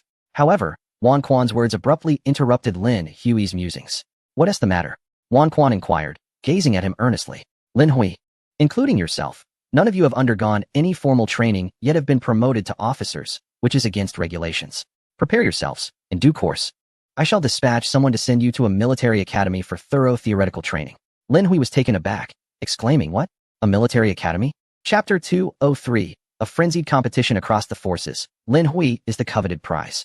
Wang Quan affirmed, indeed, to the military academy. Lin Hui, still in disbelief, protested. Why would I go to a military academy? Wang Quan, filled with hope, replied, Lin Hui, you are a remarkable prospect, and the four individuals you mentioned should also possess great potential. Nevertheless, you all have risen from the ranks of soldiers, while you exhibit some talent and commendable skills. Your theoretical knowledge is still significantly lacking. In the future, you may have promising career prospects, but first and foremost, it is imperative that you master the theoretical knowledge. Attending the military academy will serve as further education and pave the way for your future. Zhou Zhongyi clapped Lin Hui on the arm, exclaiming, yes, this is a tremendous opportunity. Lu Qingsong added with a smile, Lin Hui, this chance is rare and sought after by many. Lin Hui nodded in agreement, stating, I will follow the leadership's arrangements. If he wished to advance further in the military, attending the military academy was essential. He aspired to one day emulate his elder brother, galloping across battlefields and commanding thousands. Wang Quan patted him on the back, saying, once you return, prepare diligently and await orders. Yes, Lin Hui saluted, watching as Wang Quan and the other two leaders departed in their vehicle. Once the vehicle had driven away, Zhou Zhongyi excitedly remarked, you are truly fortunate. Attending the military academy will lead to boundless prospects. Others are merely being promoted to second lieutenant and sent to the academy for training, as is customary for those promoted in the military. But you, Lin Hui, have been exceptionally elevated to captain. Returning to the military academy will be akin to furthering your studies, ensuring you will undoubtedly be entrusted with greater responsibilities upon your return. Zhou Zhongyi gazed at him with earnestness, advising, when you return, if an opportunity arises to advance to a better position, do not hesitate to seize it. Lin Hui felt warmth in his heart upon hearing these words. He understood that the commander was reluctant to part with him. However, for the sake of his own development, he was willing to endure the pain of separation, solely to enable himself to soar to greater heights. Commander Zhou Zhongyi turned, wiping his nose, and asked, what's wrong? Lin Hui composed himself, serious in tone. Commander, I have stated before that this is my home. Regardless of the outcome of my further studies, I shall remain here. This is my regiment, you are my commander, and this is my home. When the special forces sought me, I did not depart. I will not leave now. Nor will I in the future. Zhou Zhongyi's heart quivered, and tears streamed down his face. What a fine soldier. Truly an exemplary soldier. In retrospect, he lamented having been misled by the division commander into trading Lin Hui for equipment. Now, the regret weighed heavily upon him. He delivered a forceful punch to Lin Hui's chest, fuming. You, stop being so sentimental. Come, let me treat you to a drink. I'll bring out the finest wine for you. Let us go. With smiles illuminating their faces, the two departed from the playground. In the afternoon, at the Southwest Command, Lu Qingsong hurriedly exited the vehicle and rushed upstairs. Upon reaching the door, he quickly adjusted his attire and knocked. Come in. Report. Lu Qingsong pushed the door open, raising his right hand, only to be struck momentarily dumb. Several division and brigade commanders already occupied the office. The expressions of those present turned awkward, tinged with a hint of guilt upon seeing him. The commander of the 72nd Division hastily addressed Commander Su Qianshan. Sir, our division has just completed its reorganization, and we are in desperate need of talents like Lin Hui. If you assign him to me, I'll have him serve as a company commander. His capabilities, if retained within our division, will ensure a remarkable future. Immediately, the commander of the 332nd Division chimed in. Sir, we have now transitioned to a combined arms division and will soon receive a continuous influx of new equipment. If Lin Hui joins us, he will undoubtedly have a better development. Lu Qingsong's ears flushed with anger. He had received news that the division and brigade commanders from the theater were flocking to the command. Realizing the precarious situation, he rushed over, anxious that Lin Hui might be poached. True to his fears, these individuals were indeed there to snatch him away. How shameless. Lu Qingsong quickly pushed through the crowd to stand before Su Qianshan, reporting, Sir, Lin Hui must remain with us in the 602nd. He is a talent we have painstakingly cultivated and a key focus of our training. Moreover, Lin Hui has deep emotional ties to our division. The others immediately rolled their eyes. What emotional ties? What nonsense are you spouting? Soldiers are like bricks. They can be moved wherever needed. Why should he remain with you? Your unit is considered backward in the entire theater. Isn't it shameful to keep him there? Lu Qingsong was furious. So, handing him over to you wouldn't be shameful? The group nodded in unison. Yes, giving him to us wouldn't be shameful. Keeping him with you would be a grave moral failing. Lu Qingsong's eyes blazed with fire. Exasperated. I see now. You are openly attempting to poach our talent. Aren't you? The commander of the 332nd Division shook his finger. Let us not put it that way. We are not poaching. We are doing what is best for him. Your brigade is developing so poorly that keeping Lin Hui there would stifle his potential. Old Lu, you mustn't be so stubborn and selfish. Exactly. Suddenly, one commander recalled something and chuckled. Didn't you trade him for equipment with the Black Tiger? How about this? I have plenty of good stuff. Let us trade. Lu Qingsong's face turned crimson. He felt somewhat embarrassed about that past incident. To his dismay, it had resurfaced. In a fit of rage, he declared, no trade. Not even if you offer your wife. The nearby crowd erupted in laughter. Your wife weighs over 200 pounds. There's really nothing of value to trade. And you dare speak? Your wife is even uglier, with a garlic nose and sausage lips. Hey, dare you speak of my wife? Su Qianshan slammed his palm on the table, causing everyone to startle into silence. He glared at the assembly. What sort of commotion is this over a mere captain? Have you all forgotten the decorum of high-ranking commanders? A brigade commander muttered softly. Chief, that's not our intention. We must strive to secure good soldiers. Su Qianshan waved his hand dismissively, retorting, the allocation of personnel is my prerogative, not yours. This ruckus resembles a bustling marketplace. It has given me quite the headache. Return at once. They still have military academy to attend, and once they graduate, arrangements will be made without your concerns. Yes, sir. The group saluted and departed, heads hanging low. Lu Qingsong attempted to speak further, but was silenced by a sharp glance from the commander, prompting him to hurriedly exit. In the corridor, a group immediately surrounded him. Old Lu, Commander Lu, please, let us have that soldier. Name your conditions. Lu Qingsong retorted angrily. Get lost. All of you. I believe in my soldier. Aside from 602, he will not go elsewhere. He could not assure this for anyone else, but Lin Hui would certainly not leave. If he had wished to depart, he would have done so when Black Tiger sought him out. In the entire theater of operations, what unit holds more allure than the special forces? If that doesn't tempt him, what tricks do you think will work on him? In the office, Su Qianshan sighed as he settled into his seat. He called towards the side door, come out. The door swung open, and Lin Guangyao emerged with a broad grin. It seems my son has caused you quite a bit of trouble. Chapter 204, Su Da's tearful salute. Thank you, Lin Hui. Su Qianshan scoffed. You are aware of the trouble you bring me? Lin Guangyao, with a sense of pride, plopped onto the sofa and laughed. We are comrades in arms. Is it not normal for my son to cause you a bit of inconvenience? Su Qianshan rolled his eyes. Spare me the banter. I will not release him. He lifted his teacup and took a sip. You witnessed the situation earlier. If I allow you to take him, how will I justify this to my subordinates? They would surely overturn my office. Lin Guangyao responded earnestly. What justification is needed? You are the commander. Your decisions are final, and who would dare contest that? That cannot be.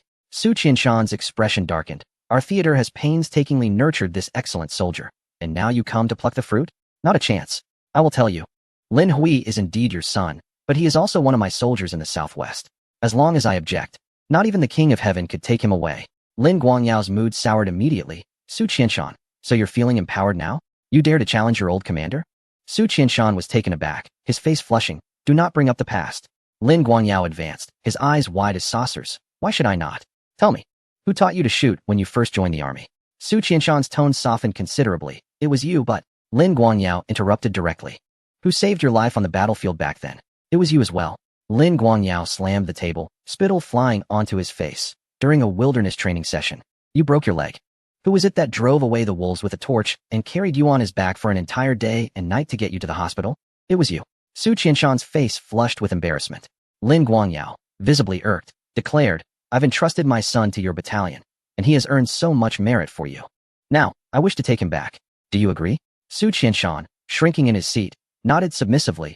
Old squad leader, please don't say anything more. I agree. Of course. You've said it so plainly. If I were to disagree now, I wouldn't be human. Lin Guangyao grinned. Well, at least you were sensible. In that case, I shall go fetch him. Just as he turned to leave, Su Qianshan quickly called out, wait a moment. What? Having second thoughts? Lin Guangyao shot him a glare, his displeasure evident. Su Qianshan, caught between laughter and tears, replied, a word once spoken is like water poured out. However, you must respect Lin Hui's wishes. If he chooses to stay, you cannot forcibly take him away. That is my final bottom line. Lin Guangyao, misinterpreting the situation, chuckled with confidence. No problem at all. I believe that once I speak, this lad will certainly follow me. What son would disobey his father? Despite Lin Hui's mischievous nature, he always behaved like a mouse before a cat when in Lin Guangyao's presence. If told to make his bed, he would comply daily. If asked to join the army, he would go. Thus, Lin Guangyao was certain that once he spoke, Lin Hui would have no choice but to obey. With that, Lin Guangyao declared, I'm off, and swaggered out. Once the office door closed, Su Qianshan returned to his chair, letting out a resigned sigh. After all the effort to cultivate such talent, only for a bear to come and snatch him away. What is this? Lin Hui emerged from the regiment's cafeteria, letting out a satisfied burp. Ding, alcohol tolerance level 1. Zhang Jiantao staggered while supporting the drunken regimental commander. How did you get the commander this inebriated? How much did he drink? Lin Hui chuckled, not much. The two of us together had about 6 or 7 bottles.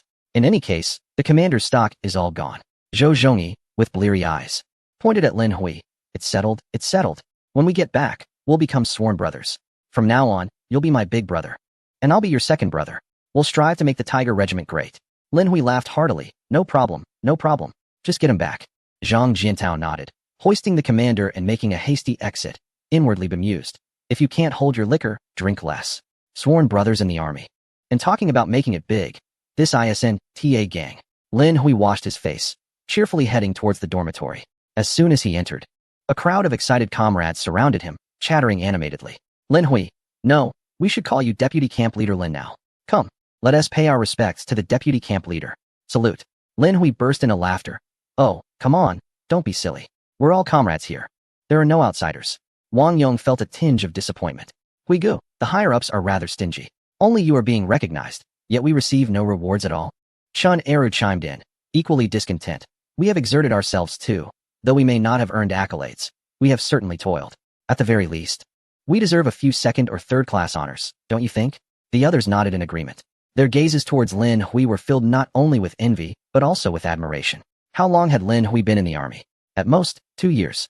Yet, he had ascended from a private to a captain, and now he was even a deputy battalion commander. Such treatment was unparalleled, especially for the veterans of the 6th Company, some of whom had served for 5 or 6 years, yet remained mere non-commissioned officers. Those who had joined the ranks alongside Lin Hui felt even more frustrated. It truly was a case of comparison that could provoke ire. Lin Hui cleared his throat. Who says there are no rewards? I have some good news. What good news? The crowd's eyes sparkled with intrigue, excitement coursing through them. Lin Hui, noticing their eager anticipation, grinned. The higher-ups, in recognition of our regiment's outstanding performance in the exercises, have exceptionally granted me a few slots for officer promotions. Of course, these slots were not given lightly. Only those of exceptional merit would be considered. Everyone swallowed hard. This was a significant opportunity. Someone eagerly inquired, "So, who have you selected?" Su De, Wang Yong, and Chun Eru all fixed their fervent gazes on Lin Hui, silently hoping for favorable news. With a smile, Lin Hui replied, "I have chosen individuals who are the finest amongst us, those who have consistently demonstrated excellence in several exercises. Do tell. I'm on the edge of my seat. I can barely hold it in. Please, hurry up so I can use the restroom." Watching their anxious expressions, Lin Hui turned to Su De, squad leader. "You are the first." Su De pointed to himself in disbelief. "Me?" Lin Hui nodded. "Indeed. You have served the longest in our regiment, and your abilities, along with your contributions to the unit, are well recognized. Which is why I have placed your name forward first." Su De's eyes brimmed with tears of gratitude. The feeling of being acknowledged was truly wonderful. He straightened his posture, trembling as he raised his right hand in salute towards Lin Hui. "Thank you. Thank you so much." Lin Hui returned the salute. "Squad leader. There is no need for thanks. This is what you rightfully deserve." In the past, his selfishness had shattered the squad leader's dreams, but now, he was finally able to help him reclaim them. Becoming an officer would allow Su De to remain in the army and contribute even more. Su De wiped his eyes, filled with appreciation. Knowing Lin Hui and being his squad leader was the greatest pride of his life. Lin Hui then turned to the two other eager individuals, smiling brightly. "I have also recommended both of you. Soon, you shall no longer be mere soldiers, but officers." Wang Yong was overjoyed, jumping with glee. "Oh my goodness. I'm going to be an officer. I'm going to be an officer." He rushed to embrace Lin Hui, showering him with gratitude. "Thank you, Hui Ge. I never thought I would have the chance to hold an official position in the army in my lifetime. From now on, you are my brother. Though we share no blood." Lin Hui disdainfully pushed him away and said irritably, "The army provides opportunities for us to earnestly dedicate ourselves and cherish them." Wang Yong quickly saluted with a playful grin. "Yes, Deputy Commander Lin, I will certainly do my best and live up to the expectations of the people and the nation." Lin Hui then turned to the bewildered Chun Eru, who stood there like a wooden post, as if immobilized by an enchantment. "Eru, what's the matter? You seem unhappy." Chun Eru looked at him and suddenly burst into tears, throwing his arms around him. Hui Ge, my dear Hui Ge." Lin Hui was taken aback. "What on earth are you doing?" Chun Eru, sobbing with snot and tears, replied, "Hui Ge, my family is composed entirely of farmers, and I can hardly read a few characters. All I know is how to till the land. To be honest, my mother sent me here to join the army because she thought I had no prospects, consuming too much food, hoping I might at least get a decent meal here. And by the time I returned, I could save a little to find a wife. But now I have prospects. I have become an officer in the army." He looked at Lin Hui with teary eyes. "My parents and our relatives in the village will be so envious. If the village chief finds out, he will surely want his daughter to get close to me." Lin Hui laughed heartily. "That's wonderful news, Eru. You must work even harder from now on. And stop crying so much. Have you ever seen an officer who is constantly in tears?" Chun Eru hurriedly wiped his tears and sniffed back his snot. "I won't cry. I will be an officer in the army from now on, and I must set a good example." Lin Hui chuckled. "Now that sounds more like it." He continued, "For the last position, I have selected Zhang Wei from the 1st Company.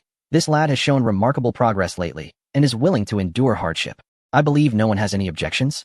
The crowd shook their heads, expressing their agreement with the arrangement. However, to say they were not envious would be disingenuous. Hard work is one aspect, but having a mentor is equally crucial. If it weren't for Lin Hui recommending their names, Su De and a few others might never have had such an opportunity in their lives. For ordinary soldiers, the path to promotion is immensely challenging. Most privates end up becoming non-commissioned officers, and even reaching the rank of a third-class non-commissioned officer is considered quite an achievement. Promotion to officer, however, signifies a transition from being an ordinary soldier to becoming a cadre. The future ahead is bright. The crowd looked on with envy but genuinely felt proud for them. An experienced soldier gazed at Lin Hui, excitedly exclaiming, "Deputy Commander Lin, we won't say much. From now on, we will follow you. If you tell us to go east, we will never head west." Another veteran nodded in agreement. "Exactly. As long as it leads to our progress and accomplishments, we will follow you through fire and water." Lin Hui laughed heartily. "All right.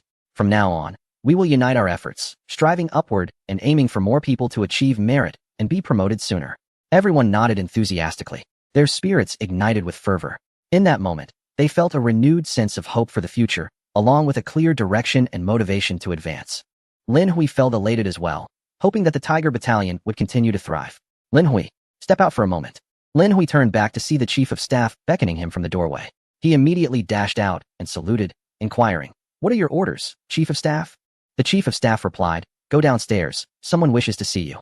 Lin Hui felt a twinge of confusion, but promptly made his way down. Upon descending the staircase, he spotted Lin Guangyao waiting outside, smiling warmly at him. Lin Hui was momentarily taken aback. Dad? What brings you here? In an office within the regiment headquarters, Lin Guangyao sat comfortably on the sofa, sipping tea while casting a pleased glance at Lin Hui, who stood there with a grave expression. His posture as rigid as if a mop handle had been inserted down his back. Despite his mischievous nature as a child and his tendency to oppose his father, the truth was, he had always harbored a deep-seated fear of the old man. Perhaps it stemmed from the strict upbringing he endured, as this fear had become ingrained in his very being. Whenever he encountered his father, it was akin to a mouse facing a cat, an instinct he could never shake off. Lin Guangyao nodded with satisfaction. This rascal has finally matured. He set down his teacup and inquired nonchalantly. Do you know why I am here to find you? Lin Hui nodded affirmatively. Lin Guangyao was taken aback. You know? It seems my son possesses some intelligence after all. Are you prepared? I am ready. With that, Lin Hui fetched a stool, removed his trousers, and lay across it, declaring, Come on. Lin Guangyao was momentarily stunned and, filled with irritation, retorted, What on earth are you doing? Put your trousers back on. At your age, you shouldn't be behaving like this. Lin Hui turned his head and replied, The trousers are military uniform. When wearing the uniform, I am a soldier, and you cannot strike me. If I remove the trousers, I am merely your son. If you wish to hit me, go ahead, but do not soil my uniform. Lin Guangyao was nearly infuriated to the point of laughter. What nonsense? Who said I was going to hit you? Lin Hui, puzzled, asked, Aren't you here to avenge second brother? I caused him quite a bit of trouble. Last time at the director's office, he wanted to settle the score with me, but couldn't find me. He must have gone back to complain to you, prompting you to come discipline me. Lin Guangyao almost chuckled in disbelief. Do I seem like such a person? Indeed, Lin Hui replied. From childhood, you have always favored eldest brother and second brother, while I bore the brunt of your discipline alone. Lin Guangyao felt a slight pang of discomfort. Eldest and second brother had always been obedient, as they were pursuing their own paths. They had joined the army and were doing well, while Lin Hui had chosen to defy him, which warranted his stricter treatment. Yet, the more he pressed, the more Lin Hui rebelled. He often took pleasure in opposing his father's wishes, choosing to go west when instructed to go east. Upon sending him to the army, Lin Hui had instead taken to pig farming, seemingly to spite him. How infuriating was that? While revolutionary work knows no rank or status, each individual harbors different expectations. The son of a commander engaging in pig farming, who could accept that? If the old leaders and comrades were to learn of this, where would he find the face to show? Taking a deep breath, Lin Guangyao remarked, Your elder brothers are my flesh and blood, and so are you. Both the palm and the back of my hand are flesh. My past reprimands were misguided. Enough of this. Put your trousers back on. At your age, you should have some modesty. Lin Hui wore an odd expression, sensing that his father seemed somewhat peculiar today. After donning his trousers, he stood up. Lin Guangyao looked at him and sighed. Initially, I feared you would falter outside, which compelled me to send you to the army, hoping you would become an upstanding person. However, your performance in the military has truly exceeded my expectations. I never imagined that my meticulously nurtured second son could be outshined by you, who has only served for 2 years, and so brilliantly at that. This has genuinely opened my eyes. He laughed heartily, proclaiming, I always said, there are no weaklings in our Lin family. Each and every one of us is remarkable. Ha ha ha. Observing his father's joyous laughter, Lin Hui felt somewhat dazed. Scratching his head, he inquired, So, you're here to praise me? Sort of, came the reply. You should have said so earlier. Lin Hui instantly felt relieved, exclaiming, You had me all tensed up. I thought you were here to reprimand me on behalf of my elder brother. Lin Guangyao chuckled, Since you entered the army, I have been keeping an eye on you. Initially, I genuinely thought you were lacking. You even annoyed me by becoming a squad leader in the new recruits battalion and deliberately went to raise pigs. I had no choice but to send you to guard Crescent Island. Yet, I never anticipated such substantial growth in you within these 2 short years. You have transformed so swiftly that I scarcely recognize you.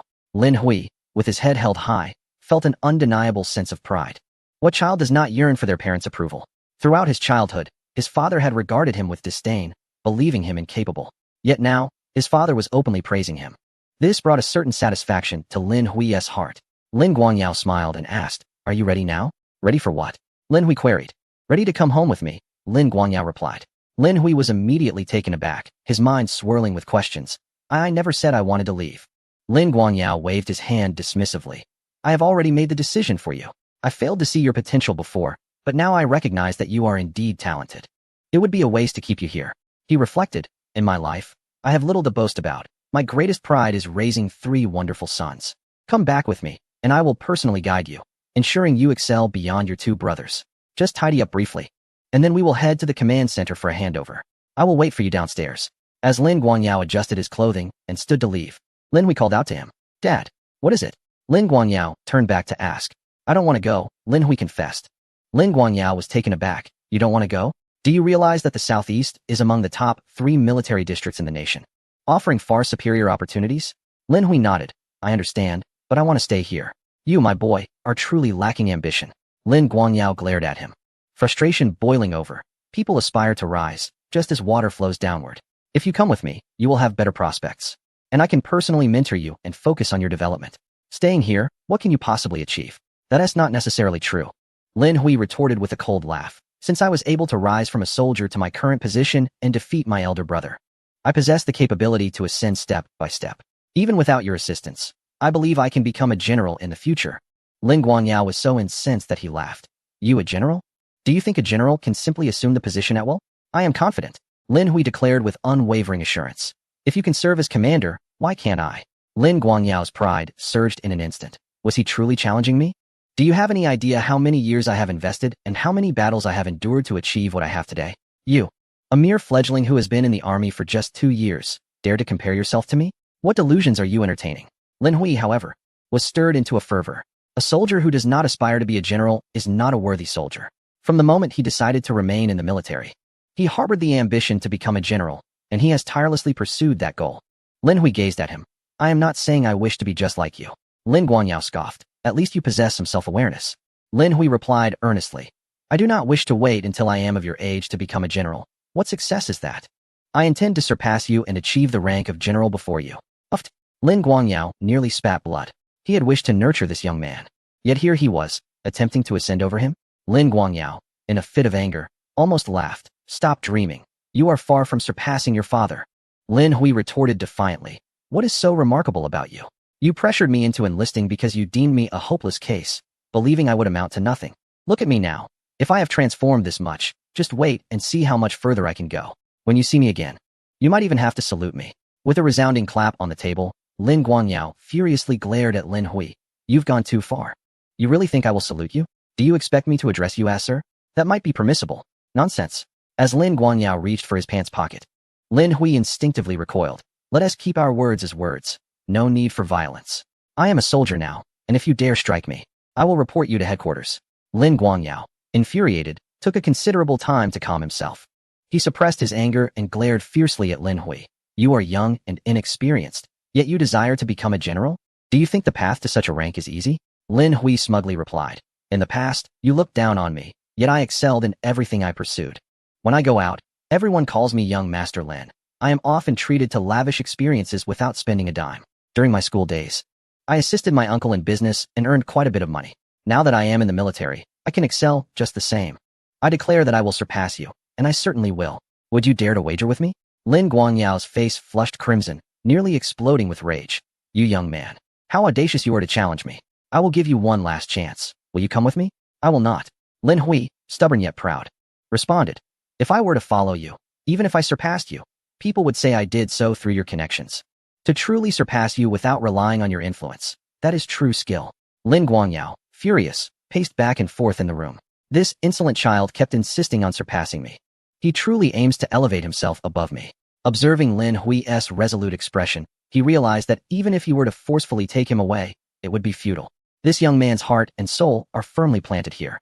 Lin Guangyao pointed at him, exclaiming in exasperation, All right, I shall see how you intend to surpass me. I give you 3 years. If you can ascend from deputy battalion commander to battalion commander, I will concede to you. Lin Hui chuckled. No need for that. In 3 years, I will be close to becoming a brigade commander. This nearly infuriated Lin Guangyao, who retorted, Do you think this is child's play? Becoming a brigade commander in 3 years? He waved his hand dismissively. Forget about brigade commander. If you fail to reach battalion commander in 3 years, you must return to me humbly. While I am still in service, I shall personally teach you. Agreed. It's a promise. Lin Hui proclaimed, brimming with confidence. With the system at his disposal, he would only grow stronger. In the military, advancement is determined solely by capability. The stronger one is, the faster one rises. Under ordinary circumstances, Lin Hui would not dare to make such a bold claim. However, given the exceptional circumstances of military reform, many matters could be handled flexibly. Whether it be previous accolades on the border or the special promotions granted by headquarters, it was evident that the military was undergoing significant reform. As long as one dared to perform and achieve merit, opportunities for advancement would abound. Let us go, Lin Guangyao huffed, exiting through the door. Watching his father's departing figure, Lin Hui clenched his fists. To put it plainly, you still look down on me, believing I lack the capability? I must show you just how formidable your son truly is. Infuriated, Lin Guangyao slammed the car door shut. His secretary cautiously followed suit, not daring to breathe. Drive. The car started, and Lin Guangyao, simmering with pent-up frustration, resembled a ticking time bomb. Amidst his anger, he suddenly burst into laughter. His expression a mix of amusement and incredulity. This rascal actually thinks he can surpass me. How audacious. Despite his ire, Lin Hui was nevertheless his son. Having served as a commander for so long, he had yet to encounter anyone with Lin Hui's audacity. The mere fact that Lin Hui could utter such words was a victory over many. As a father, Lin Guangyao felt a swell of pride. At least his son was not lacking. Taking a deep breath, he revealed a smile of satisfaction. Very well. I await to see how you intend to surpass me. Chapter 206. Becoming an officer, still my soldier. In the blink of an eye, half a month had passed. Lin Hui received orders and entered the office, saluting. Report, Commander. Lin Hui is here to report. Lu Qingsong turned around, beaming. Have a seat. Yes. Lin Hui took a seat opposite him. Lu Qingsong regarded him thoughtfully. Lin Hui, I am here to share some good news. Lin Hui paused, suddenly filled with excitement. Thank you. Thank you. I appreciate the brigade commander. Appreciate what? Lu Qingsong was taken aback. Lin Hui grinned. Aren't you promoting me to battalion commander? Thank you, leader. I will certainly perform well. Uffed. Lu Qingsong nearly spat blood. His face darkening. You just became a deputy battalion commander and already dream of being a full battalion commander? What lofty fantasies you have. Lin Hui responded with a slight disappointment. Oh, I see. Lu Qingsong cleared his throat. All right, you should be content, at your age. Who else has risen as swiftly as you? Lin Hui, with a broad smile, inquired. So, what exactly is the good news? LV Qingsong solemnly declared. The recommendations for promotion that you submitted to Minister 1 have received approval from above. Lin Hui's eyes widened, and he became instantly exhilarated, exclaiming, That's fantastic. It's been half a month, and I thought this matter had been forgotten. LV Qingsong then produced a bulging envelope and handed it to him, stating, This contains the military ranks, and it is now entrusted to you. Lin Hui, puzzled, inquired, Am I to confer the ranks to them? Indeed. LV Qingsong affirmed with a nod. The regiment commander has indicated that this is also your regiment. If you wish to cultivate its growth, you must earn the trust and loyalty of the soldiers. Bestowing ranks personally is a strategic move for your future endeavors. Lin Hui nodded in understanding, recognizing that earning the hearts of the troops is fundamental to effective leadership. A commendable commander must command both love and respect from their subordinates. Conferring ranks presents an invaluable opportunity. He promptly stood and saluted, expressing, Thank you for your trust, Commander. LV Qingsong smiled and nodded in return. Although the conferral of ranks was typically the responsibility of the regiment commander, he had chosen to grant this opportunity to Lin Hui, hoping to encourage his continued presence. He had heard about Lin Hui's father attempting to recruit him. Although Lin Hui opted to stay, the entire Southwest Theater was keenly observing, with various divisions and brigades vying to entice him to join their ranks. As the commander of the 602nd, LV Qingsong understood that he must exert effort to retain Lin Hui, and delegating authority was a necessary step. These are the military academy admission letters, LV Qingsong said, handing Lin Hui several documents. Lin Hui opened one and glanced at it. Suang Army University, Combat Command Department. LV Qingsong observed him intently, stating, The admission notices were just issued from above. You will subsequently enter the Army University as a transfer student for a duration of 2 years.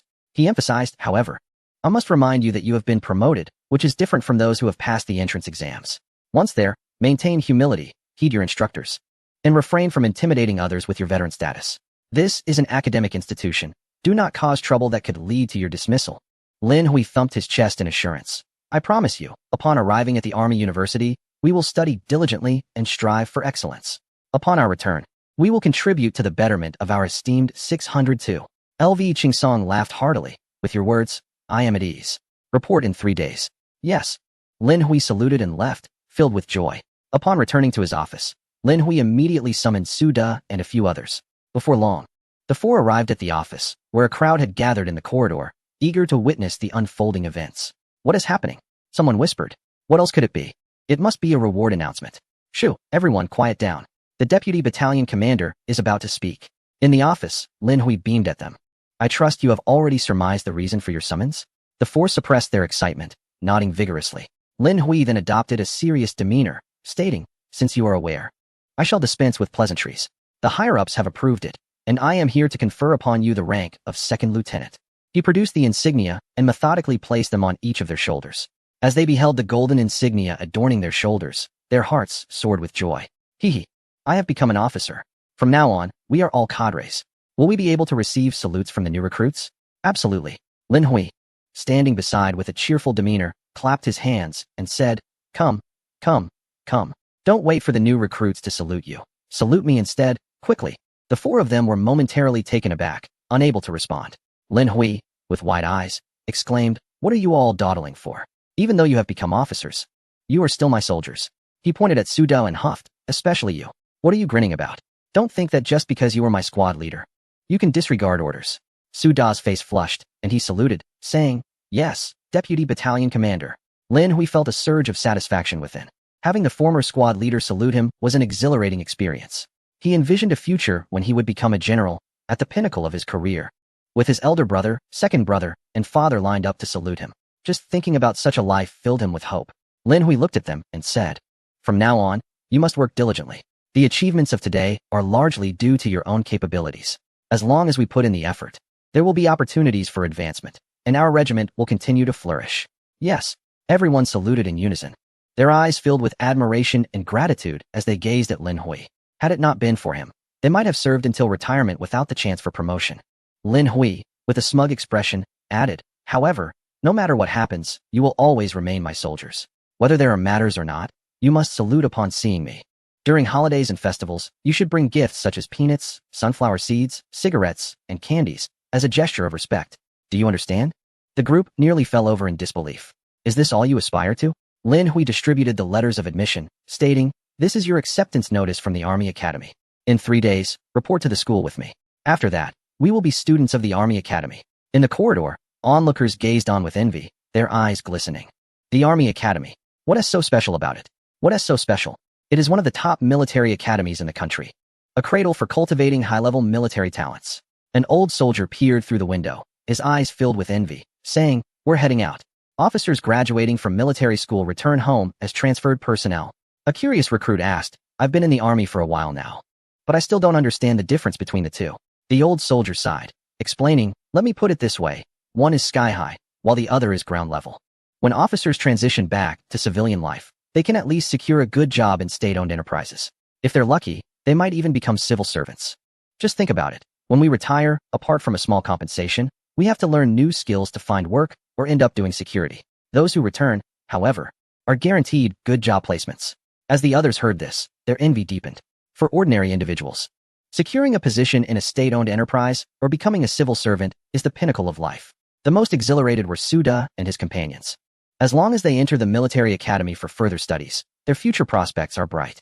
If they continue to work hard under Lin Hui, achieving more accomplishments and demonstrating their talents, they are bound to soar. Lin Hui gazed at the jubilant group with a serious demeanor and stated, school has its own rules. As transfer students, we must adhere strictly to the school's regulations. We cannot bring disgrace to the army. Understood. The four responded cheerfully, saluting in unison. At that moment, a commotion erupted outside. Upon hearing his name called, Lin Hui immediately turned to see what was happening. Chapter 207. This isn't just dinner.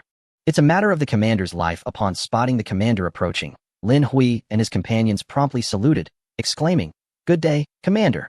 Zhou Zhongyi beamed with delight upon seeing them don their epaulets. He patted each on the shoulder and proclaimed, well done. From now on, put forth your best efforts in our regiment.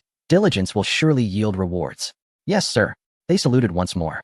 Zhou Zhongyi then turned to Lin Hui and inquired, have you received your admission notice? When do you depart? Lin Hui replied, in 3 days. Zhou Zhongyi pondered for a moment. So there's just 1 day left? You leave the day after tomorrow? With a flourish, he announced, tonight, I shall arrange a special farewell and celebration for the four of you. Lin Hui rubbed his hands together and asked, Commander, is that not a bit too extravagant? Zhou Zhongyi laughed heartily. Your admission to the military academy is a matter of pride for me and our regiment. This is a commendable achievement.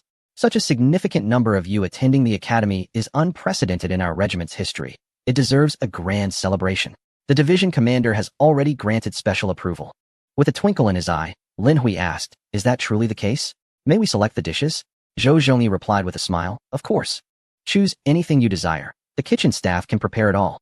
Lin Hui, eager to bypass the kitchen's efforts, suggested, Commander, why not let the cooks take a break? I know of a nearby restaurant, Longting, which serves delightful cuisine. Shall we order from there and allow the kitchen staff to celebrate with us? Zhou Zhongyi waved his hand generously. No problem. Consider it approved. You shall handle the arrangements. Lin Hui nodded. What about the beverages? Zhou Zhongyi boasted. Drink whatever you wish, beer or liquor, it's all yours. The costs will be covered by the regiment. If needed, I shall supplement it. Lin Hui's smile radiated with joy. Then we shall not hold back. As evening descended, the entire regiment gathered. Delivery trucks filled with provisions rolled into the camp. The restaurant owner directed his staff to carry the dishes inside, his smile broadening with each delivery. In all his years of business, he had never dispatched such a large quantity of takeout. This single occasion equaled half a month's worth of his restaurant's trade. Zhou Zhongyi observed the bottles of Nongfu spring water on the table, puzzled. Why is there mineral water? Do we lack water here that we must purchase it from outside? Lin Hui chuckled. Commander, what is inside these bottles is not water, but liquor. Liquor in mineral water bottles? Why is that? Zhou Zhongyi questioned. Lin Hui lowered his voice conspiratorially. I specifically instructed the owner to use these bottles for the liquor to maintain a low profile. Should the leaders see it, they would have no grounds for complaint. Zhou Zhongyi laughed heartily indeed. You are quite astute. Soon, the feast commenced. While Lin Hui and Zhou Zhongyi enjoyed white liquor at their table, the others indulged in beer. As everyone filled their glasses, Zhou Zhongyi also stood up with his cup in hand. Our Tiger Regiment has never seen such a remarkable gathering since its formation. With so many members being accepted into the military academy, they are the pride of our Tiger Regiment, and we must all learn from them. Only in this way can our regiment continue to flourish, and our forces become ever stronger. In 2 days, they will depart, so let us treat today as their farewell. Cheers! Cheers! Cheers! Cheers! Everyone drank heartily, their faces bright with joy.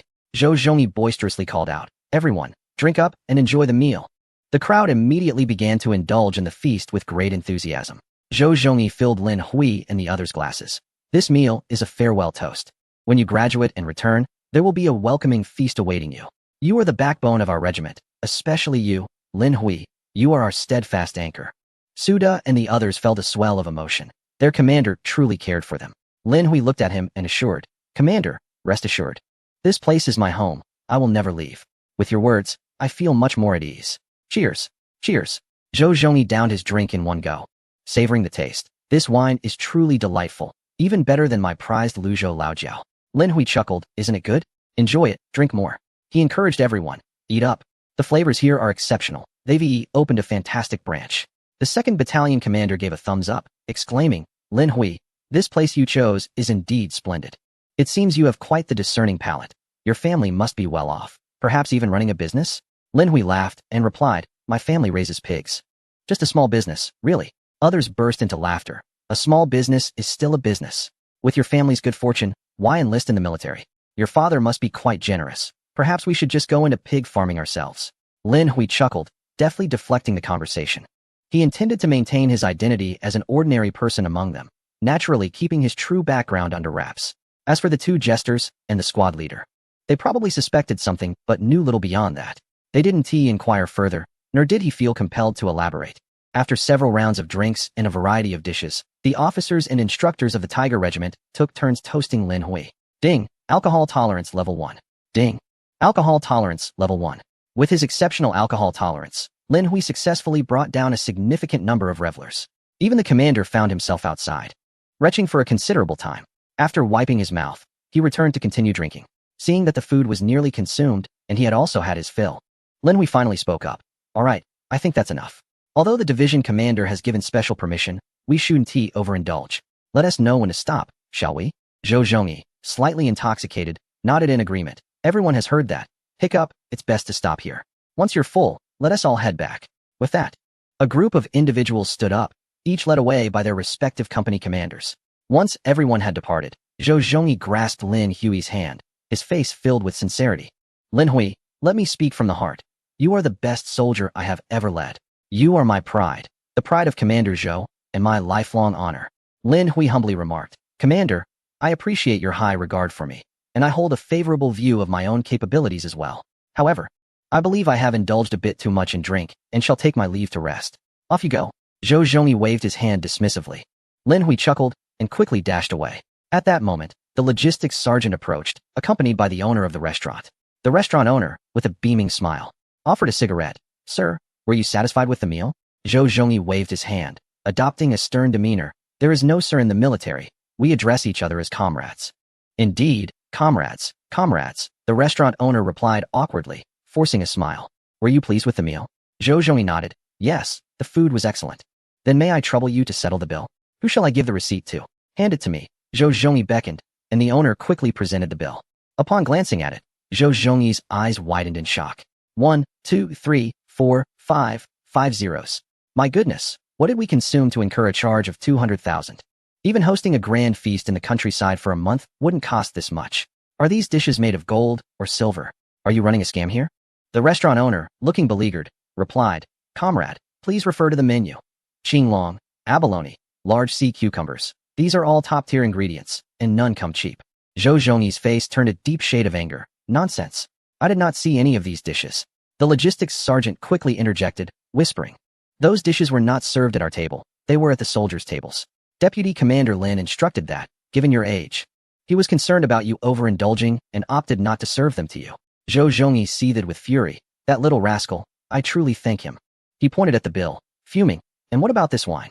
What kind of wine costs several thousand? Are we drinking nectar from the heavens?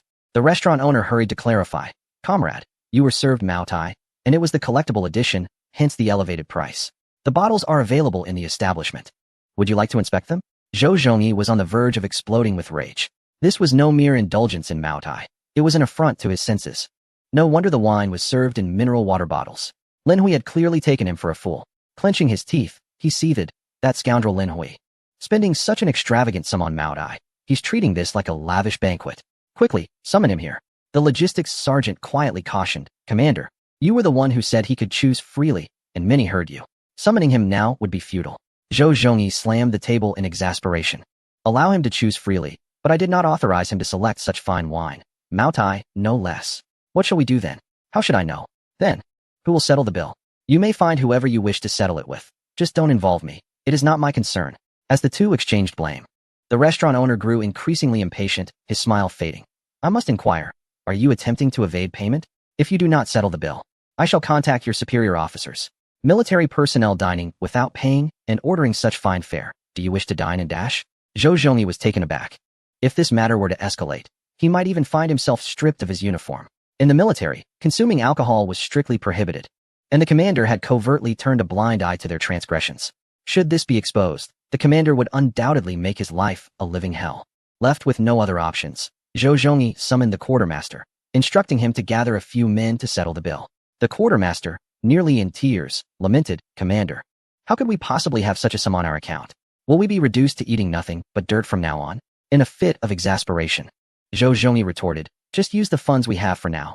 I will later retrieve my savings to reimburse you, and if that falls short, I shall find others to contribute. Surely, this is acceptable?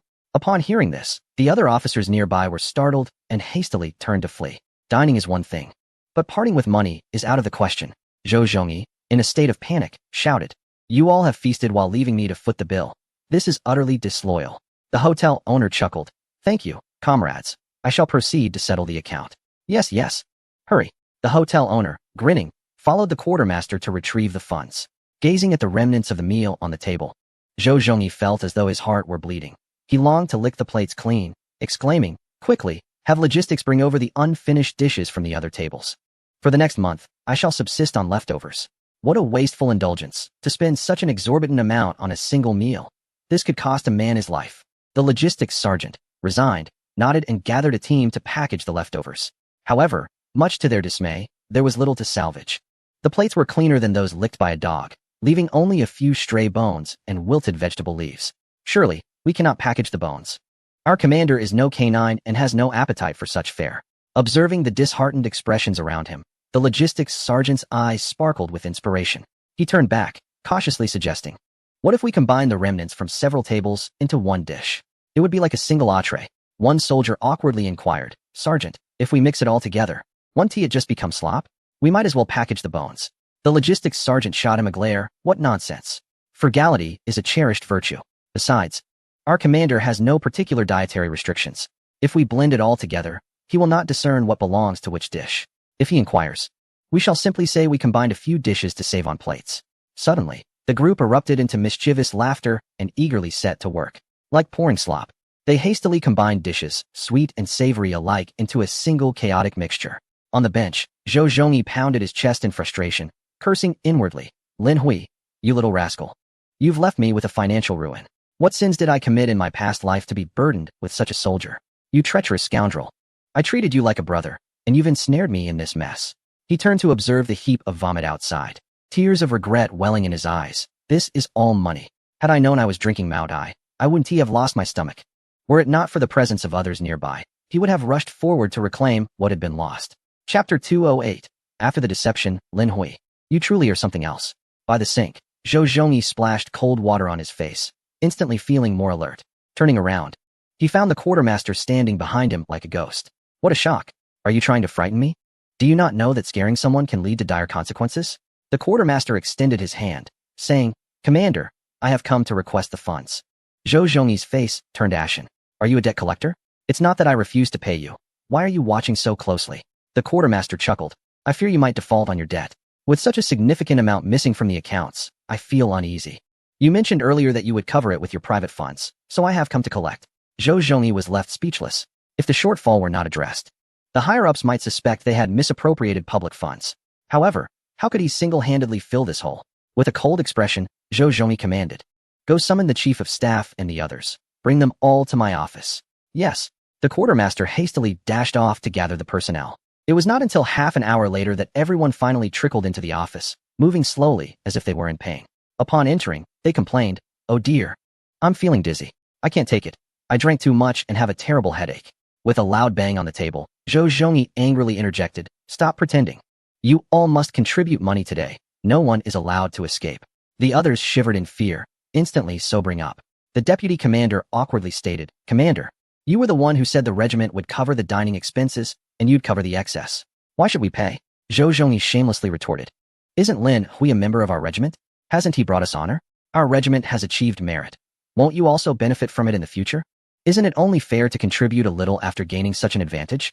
The group exchanged glances, and in unison, they turned to Zhou Zhongyi, saying, Commander, please stop trying to deceive us. The chief of staff awkwardly replied, If we are promoted, we will celebrate him separately. Today's meal was organized by you. It has nothing to do with us. We must be clear about the matter. Zhou Zhongyi's anger flared up immediately when we were eating and drinking. Why didn't you say this? Now that it's time to pay, you want to draw a line? Are we not a single unit? Are we not close comrades? On the battlefield, we even entrust our backs to one another without reservation. He fumed. Now that I am in trouble, you stand by and watch. How will I explain such a large sum of money to my wife?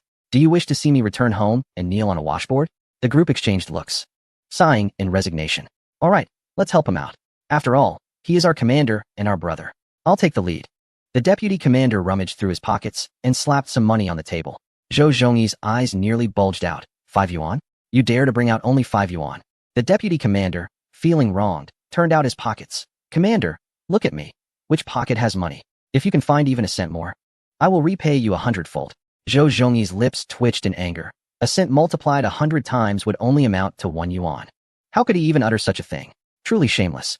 Zheng Wei stood up, solemnly criticizing. Deputy Commander, this is unacceptable. We have been comrades and brothers for so many years. Come on. Commander, I have 20 here, it's all yours. The others hastily rummaged through their pockets for money. A few of them pooled together, amounting to a total of 85, which they placed on the table, along with several coins. Zhou Zhongyi's eyelids twitched furiously, nearly exploding with anger. With so many of you, you couldn't even gather $100? This amount won't even buy a lobster leg. Zheng Wei shrugged his shoulders. What can we do? We all have families and responsibilities, and our salaries must be submitted on time. This is all we could scrape together. Secretly saved from our meager personal funds. The others nodded in agreement, humbly admitting their financial constraints. Zhou Zhongyi finally understood. These fellows had come prepared, having emptied their pockets beforehand. The quartermaster beside him gathered the money and stuffed it into his pocket. Commander, I will accept this 85. The remainder is on you. Zhou Zhongyi coldly asked him, Isn't it payday? Yes, the payroll is ready. Deduct their entire month's wages and make up for it. Everyone panicked. Commander, this isn't fair. This is our hard-earned money. We are laborers. The People's Liberation Army's wages must not be delayed. Zhou Zhongyi, fuming, retorted, If you are brothers, then throw some money at me. Now that the regiment was in trouble, shouldn't you, as leaders, take the initiative? You will not eat any less of the feast and drinks. Especially you, Zheng Wei, you drink the most Maotai. The crowd was left speechless, and Zheng Wei regretted it deeply, wishing he had drunk less earlier. Zhou Zhongyi turned to the quartermaster. Follow orders. Deduct their wages. The quartermaster chuckled. No problem. With so many people, their combined wages added up to several tens of thousands. The pressure was significantly alleviated. Everyone felt a profound sense of frustration. This was clearly unreasonable. You're having a rough time and dragging everyone down with you. Relying on his authority as commander, he acted as he pleased. The deputy commander, unable to contain his anger, declared, that money? Consider it a loan to the regiment. When times are better, we expect to be repaid. The others agreed. Yes, we must have a written agreement. You can't take advantage of us just because you're in a tight spot. We all have families to support. Zhou Zhongyi knew that deducting their wages was against the rules. Yet, he had no better solution and could only agree for the time being. After drafting the agreement, he grew increasingly incensed. He slammed his palm on the table. It's all that damn Lin Hui's fault. He has put me in this predicament. No, I must confront him now. Just as he reached the door, Zheng Wei called him back. Don't go. They've already left. Left? Zhou Zhongyi turned back in surprise. Where could they go at this hour? Zheng Wei sighed. They left when the event ended, claiming they were reporting to the division headquarters. They've probably arrived there by now. Zhou Zhongyi checked his watch. It's already midnight. Reporting to the division headquarters at this hour is akin to reporting to a ghost. He trembled with rage, exclaiming, that scoundrel. He must have known I was coming to settle the score and slipped away in advance. Lin Hui, just you wait. When you return from graduation, I will make your life miserable. Commander, what's the matter? The quartermaster interjected, extending his hand. You need to cover the remaining 100,000. Zhou Zhongyi's eyes reddened like a rabbit's, and he sprang up in fury. Cover, cover, cover. I'll be on my knees scrubbing the washboard tonight, and I'll return the money to you by tomorrow morning. Is that satisfactory? A military vehicle sped down the road, with Wang Yong and Chun Arrow bouncing about inside, their stomachs churning. Seeing their distress, the driver exclaimed, Hey, you two better not throw up inside the vehicle. Don't make a mess. The two quickly covered their mouths and rolled down the windows, leaning out to heave. Ugh, ugh. The driver glanced in the rearview mirror, horrified as the vomit streamed out, creating a line that splattered all over the vehicle, causing him immense grief. It was just washed and waxed. Suda looked at Lin Hui and chuckled. You really are something else. You've put the commander in quite a predicament with all that Maotai liquor and those lobsters and sea cucumbers. That must cost a fortune. Lin Hui smirked. I'm just looking out for everyone, right? They've left, so they should enjoy a good feast before departing. Wang Yong and Chun Eru turned to him, giving him a thumbs up. You're the best, Hui Go. However, before they could finish their praises, they began retching once more. Like a human fountain. Zhang Wei, sitting in the back, awkwardly remarked. But honestly, that tactic is rather unscrupulous. The commander must be furious right now. Lin Hui beamed with pride. Isn't that why we left right after eating? The driver shook his head in disbelief. Who dares to pull such a stunt on the commander? You must be one of a kind. Before long, the vehicle arrived at the entrance of the division headquarters. As they disembarked, Suda looked inside the dark building and asked in confusion, It's the middle of the night, and no one is here. What are we doing running around? Lin Hui replied nonchalantly, First, we need to report to the guard post and have the duty officer take us to the guest house for some rest. Tomorrow morning, after we check in, I'll show you all a good time before we officially report to the Army University the day after. All right, we'll follow your lead. The group rubbed their hands together, smiles blooming on their faces, filled with anticipation. Lin Hui exuded an air of confidence, suggesting that he had something fun planned. Upon arriving at the guard post, they were stopped by the sentries before they could approach. The group promptly presented their identification and stated their purpose. Once the guard confirmed their credentials, he notified the duty officer. Soon, a young second lieutenant rushed over. After glancing at Lin Hui's ID, he saluted and said, Hello, are you Lin Hui from the Tiger Regiment? Lin Hui nodded, That's me. The lieutenant continued, You've arrived just in time. Someone called for you. We were going to inform you tomorrow. But since you're here, now Chapter 209. Returning to the place where the dream of serving began, Lin Hui followed the duty officer hastily to the duty room.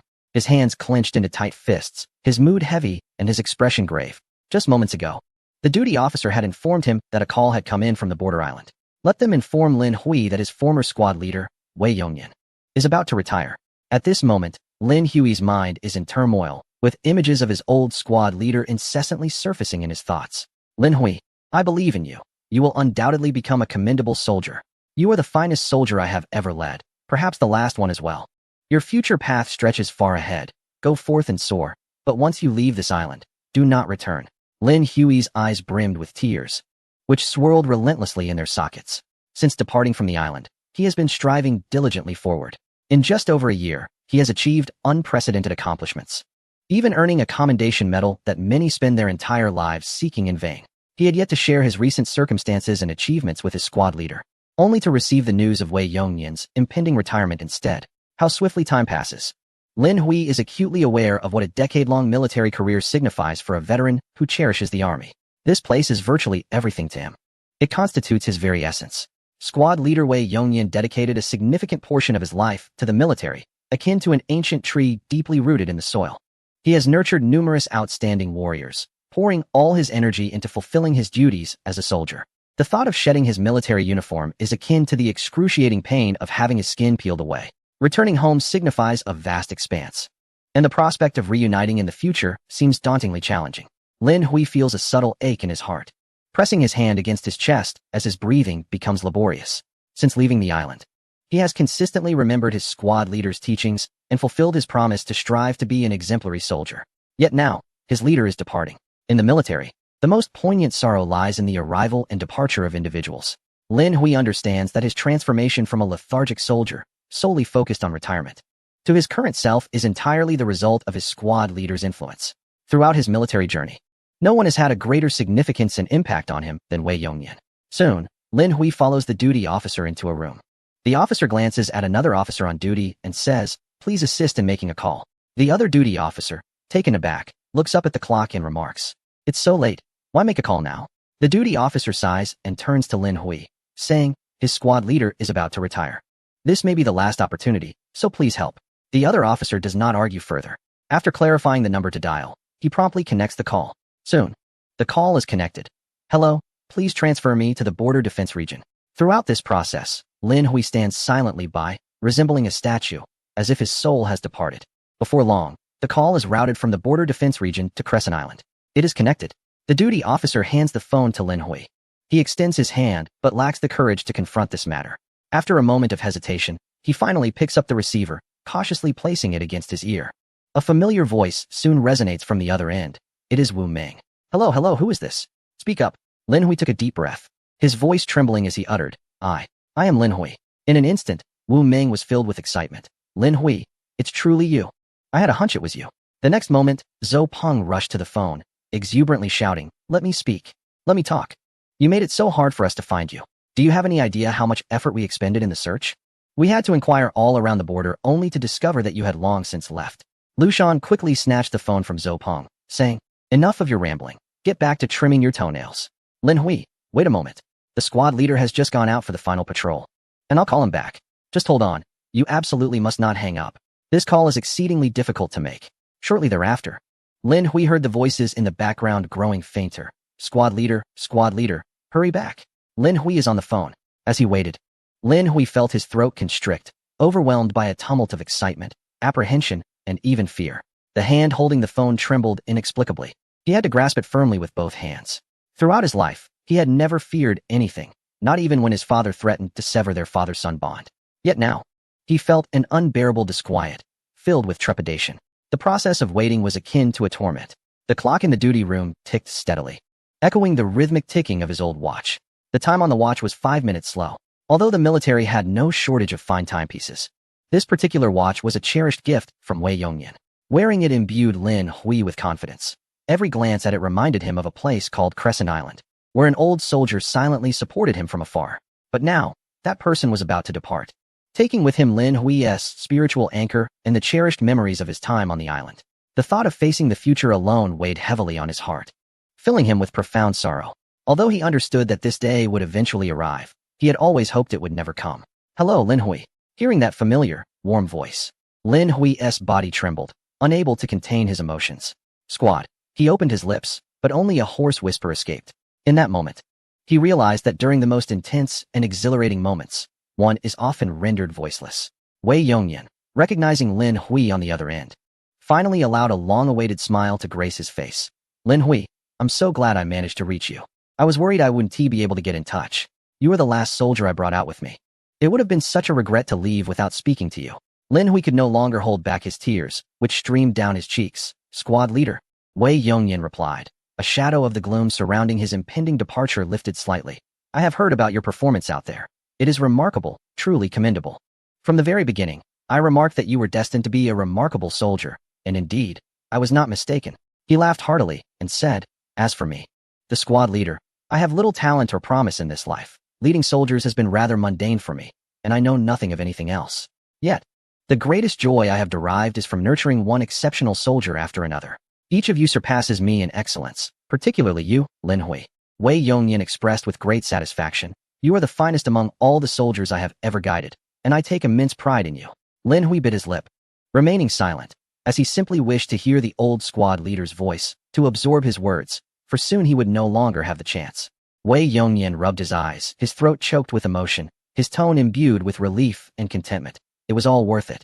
I can depart in peace knowing you are here. Lin Hui's eyes brimmed with tears, his heart heavy with reluctance. Squad leader, I cannot bear to part with you. Suddenly, Wei Yongyan chuckled. You foolish boy, still crying? You are already a deputy battalion commander. Do not let others mock you. Many are watching. Lin Hui wiped his tears with his sleeve.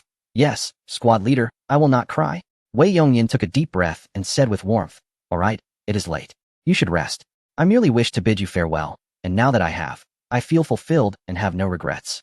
Once more, tears streamed down Lin Hui's face uncontrollably, like a dam bursting. Wei Yongyan remained silent for a long time, as if his heart had been pierced by a knife. Yet, to spare Lin Hui any worry, he forced a cheerful demeanor, smiling as he said, You are now a deputy battalion commander, surely busy. I shall not keep you longer. In the future, do not indulge in those little whims. Take good care of yourself when alone. And remember to keep your feet warm under the covers as the nights grow colder. Enough of this. I must hang up now. Take care. Beep, beep, beep. Lin Hui held the phone, using his arm to shield his face, weeping uncontrollably. This was the most heart-wrenching moment he had experienced since joining the military. The two duty officers nearby were also affected, their hearts heavy with sorrow. The most painful aspect of military life is the loss of comrades. People come and go. Unlike the outside world, within the military, one finds the purest bond of brotherhood. This bond cannot be severed, no matter how forcefully it is struck. Yet, they could not comfort Lin Hui. They could only silently wish the old soldier well in his future endeavors. After a long while, Lin Hui abruptly hung up the phone and dashed out of the duty room. The two duty officers were momentarily taken aback, hastily calling out, Where are you going? The commander is expecting to see you tomorrow. Without turning back, Lin Hui replied, Please inform the commander that I need to take a leave. I must go see the old squad leader. The two duty officers exchanged glances, sighing in resignation. A comrade had left them. And how would they explain this to the commander tomorrow? What could they say? The truth, of course. It was evident how significant this old squad leader, Wei, was to him. They trusted that the commander would be understanding. Indeed, it was so. Soon, Lin Hui rushed outside the division headquarters. Outside the gate, Suda and a few others were chatting and laughing, dreaming of life after entering the military academy.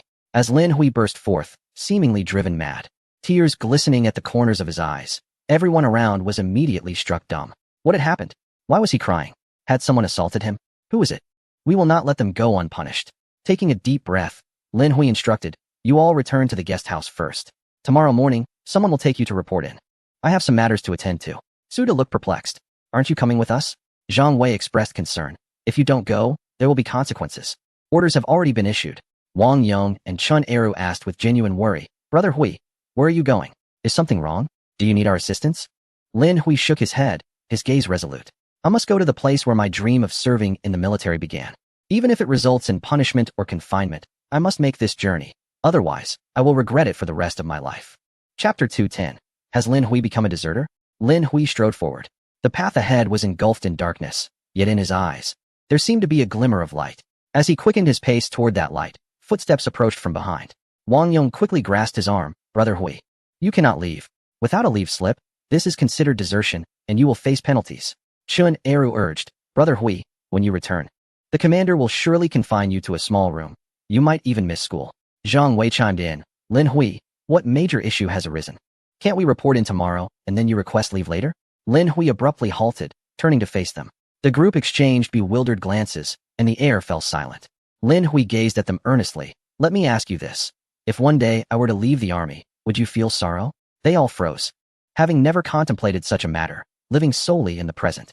After all, unhappy thoughts were best left unthought. Suddenly, Chun Eru burst into tears, startling everyone. Wang Yong gave him a light smack on the head. What the hell are you doing? Chun Eru sobbed. Brother Hui is leaving the army. I'm upset. I just want to cry. Lin Hui rolled his eyes in exasperation. Eru, I was speaking hypothetically. I said if. Do you understand? Even if is unacceptable. Chen Eru cried even harder. You cannot leave. You cannot abandon us. If you go, I will not be an officer anymore. I will leave with you. Wang Yong declared with fervor, Brother Hui. Wherever you go, we will follow. If anyone dares to make you leave the army, I will blow up their house with explosives. No, no, that would cause a tragedy. If anyone tries to make you leave, I will take a rope and hang myself at their doorstep. Suddenly, Chen Eru stopped crying. That's a good idea. I will join you. You can hang at the door while I hang at the staircase, scaring them to death. Imagining the scene of the military leaders arriving at work in the morning, only to find a pair of feet dangling in the air, Zhang Wei shuddered. This was truly too extreme. Lin Hui's mouth twitched in amusement. These two were indeed foolish. However, such heartfelt expressions warmed his heart. For only true brothers could share such sincere sentiments. Suda stood silently by, acutely aware of the gravity of the situation, and with a serious demeanor. He inquired, Lin Hui, what exactly has transpired? We are a collective now. We shall certainly assist in any way we can. Lin Hui shook his head, hesitated for a moment, and then replied, my squad leader is retiring. The group collectively turned to Suda in shock. Suda's complexion paled. What are you looking at me for? I am not retiring. I still hope to attend military school with all of you. It's not me. Lin Hui sighed. It's not Suda, it's my other squad leader. Confusion spread across their faces. They had never heard of this. Lin Hui continued. He has been the most influential person in my life since joining the army, a veteran who guards an island. Suda's pupils dilated, and his expression shifted dramatically. Lin Hui took a deep breath and said, initially, I was compelled by my father to enlist, so once I joined, all I wanted was to quickly complete my service and return to my desired life. Recalling the past brought a smile to his lips, his eyes sparkling with memories. Zhang Wei could not contain his curiosity, and then? Lin Hui met his gaze. Subsequently, I was transferred to several locations, first working in logistics raising pigs, and then reassigned to Garden Island. It was there that I discovered the true meaning of military service and reclaimed a part of my lost soul. Wang Yong and Chen Eru exchanged glances, bewildered. They were aware of Lin Hui's transfer from logistics to island duty. But the events on the island remained a mystery to them. Lin Hui had never mentioned it. Zhang Wei nodded slightly, beginning to comprehend. The retiring squad leader must hold significant importance to Lin Hui. Otherwise, he would not be so emotionally charged. Beside them, Suda gritted his teeth, his fingers beginning to tremble slightly, for he had already deduced who Lin Hui was referring to. Lin Hui was lost in reminiscence. That small island, called Crescent Island, is located in the southwestern seas of our homeland. Though it is termed an island, it resembles more of a rocky outcrop. It is a mere palm-sized area, traversable in the time it takes to smoke a cigarette. One can see from one end to the other. A single platoon is stationed there, and it is where I met squad leader Wei Yongyan. He continued, when I first arrived on the island, I expected the soldiers to be lethargic, spending their days either sleeping, playing cards, or engaging in idle chatter. After all, in such a desolate place, finding a hobby would be a challenge. Everyone listened intently to Lin Hui, fully able to envision how stifling that environment must have been. Surrounded by vast oceans, the solitary island stood isolated, almost severed from the world. Aside from supply ships arriving every 10 to 15 days, no one would remember that place, nor would anyone care how many people resided there. One could easily imagine how maddening it would be to be stationed there. Zhang Wei curiously asked, surely your days on the island were difficult and painful? Lin Hui shook his head, a radiant smile illuminating his face. On the contrary, I thrived there. Although life on the island was monotonous, everyone exuded vitality. We maintained our quarters, engaged in morning exercises, trained diligently, and sang a song before meals. Everything was just as it should be. Wu Meng, having guarded the island for 4 years, harbored a singular wish, to serve in a combat unit and operate a tank before his discharge. Lu Shan, hailing from Suzhou and Hangzhou like myself, joined the military after failing to gain admission to a military academy.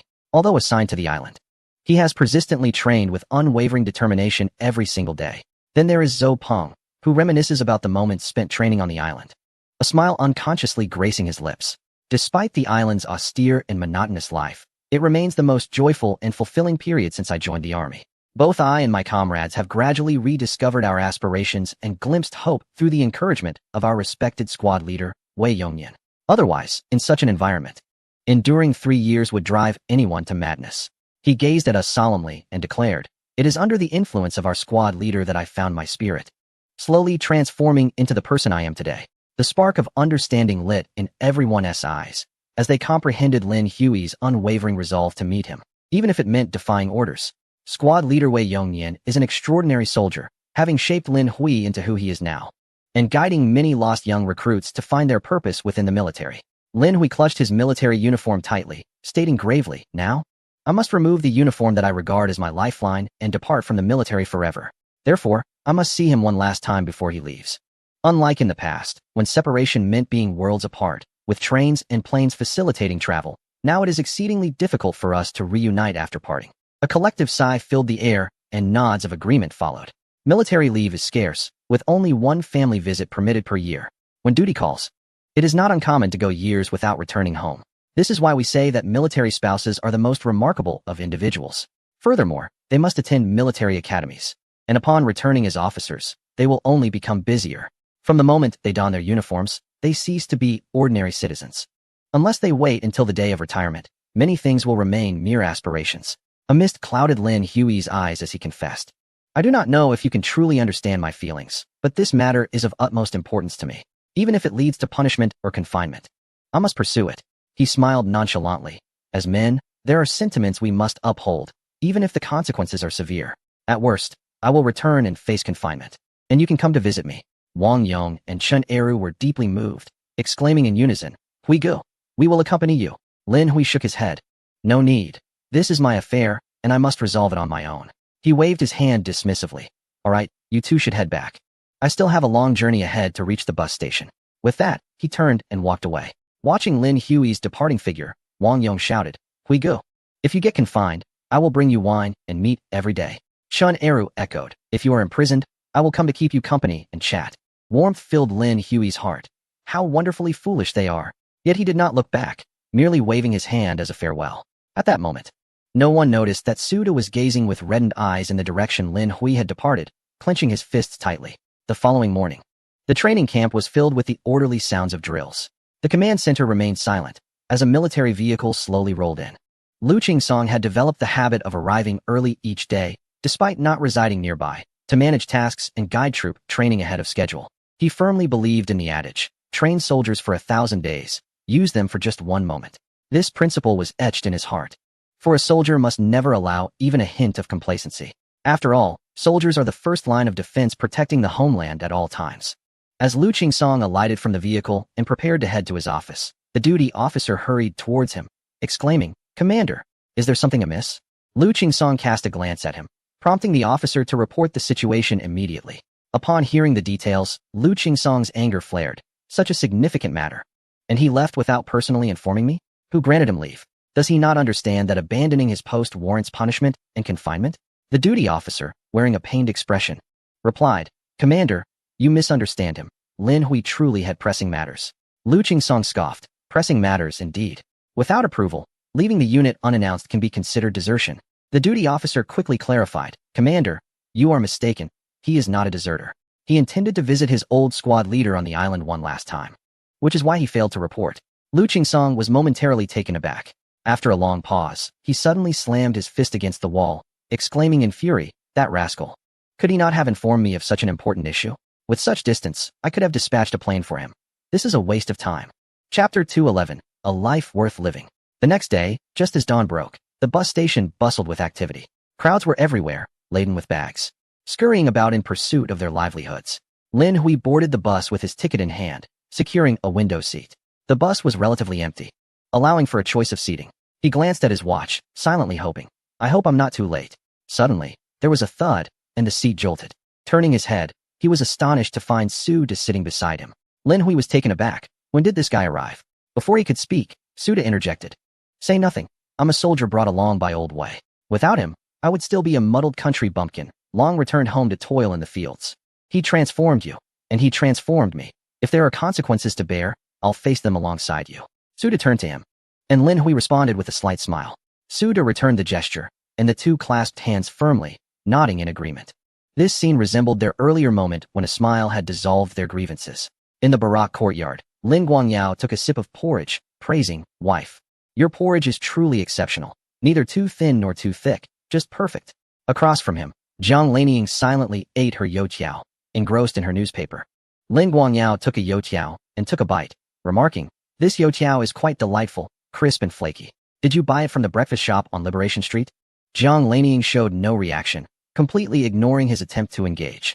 Lin Guangyao felt a wave of embarrassment wash over him. What's the matter with you this early in the morning?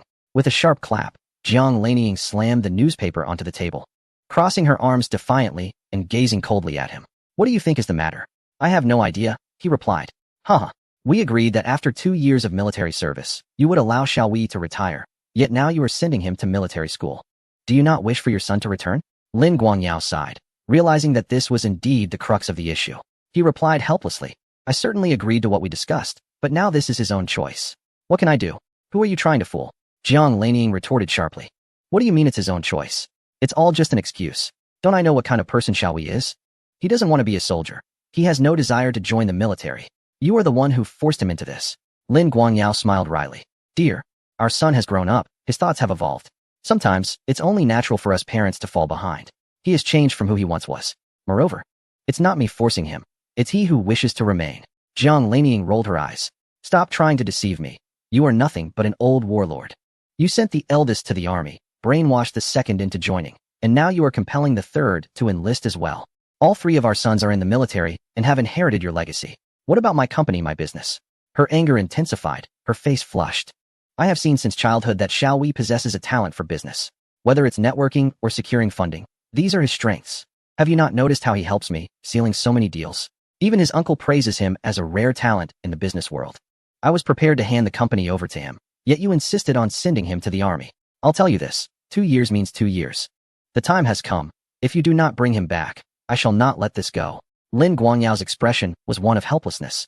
Typically, both were exceedingly busy, rarely encountering each other throughout the year. Now, after finally managing to sit down for a quiet breakfast, it felt as though they were at war. How could this matter be resolved? Jiang Lanying glared at him, demanding a resolution. Lin Guangyao slowly set down his chopsticks and looked at her. You should go. Jiang Lanying was taken aback. Go where? Lin Guangyao sighed. Did you not want to bring him back? Just go find him. Jiang Lanying stared at him, incredulous. You would actually allow me to find him? Are you jesting? Lin Guangyao replied earnestly. Jiang Lanying, I am not joking. If you can bring him back, whether to run a business or inherit the company, I will not stand in your way. In fact, I will fully support him. Seeing his demeanor, Jiang Lanying furrowed her brow. You're not planning something behind my back, are you? Lin Guangyao shook his head, his expression serious. I assure you, on my honor as a soldier, I absolutely will not. All right, with your assurance, I feel at ease. I hope you will keep your word. Before he could finish his sentence, the telephone in the living room rang unexpectedly. Lin Guangyao greeted hurriedly and rushed to answer the call. As he picked up the receiver, a cheerful voice came through. Old Chief, it's me, Xiao Lu from the 602nd Unit of the Southwest Theater. I hope I'm not disturbing your weekend rest. Lin Guangyao paused for a moment before recalling. Oh, it's you. No, not at all. I've been up for a while. With so many subordinates, it's challenging for one to remember every name, especially from other theaters. However, since Lin Hui is in the 602nd, I had contacted Lu Qingsong a few times to understand Lin Hui's development, which is why I have an impression of him. Smiling, Lin Guangyao inquired. What brings you to call Xiao Lu? Has my son gotten himself into trouble again? No. Lu Qingsong hastily shook his head. I'm calling to request a favor.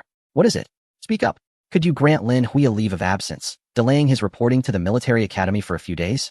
Given Lu Qingsong's rank, he was not in a position to call the military academy for such a request. It would require someone of a higher command, such as a commander.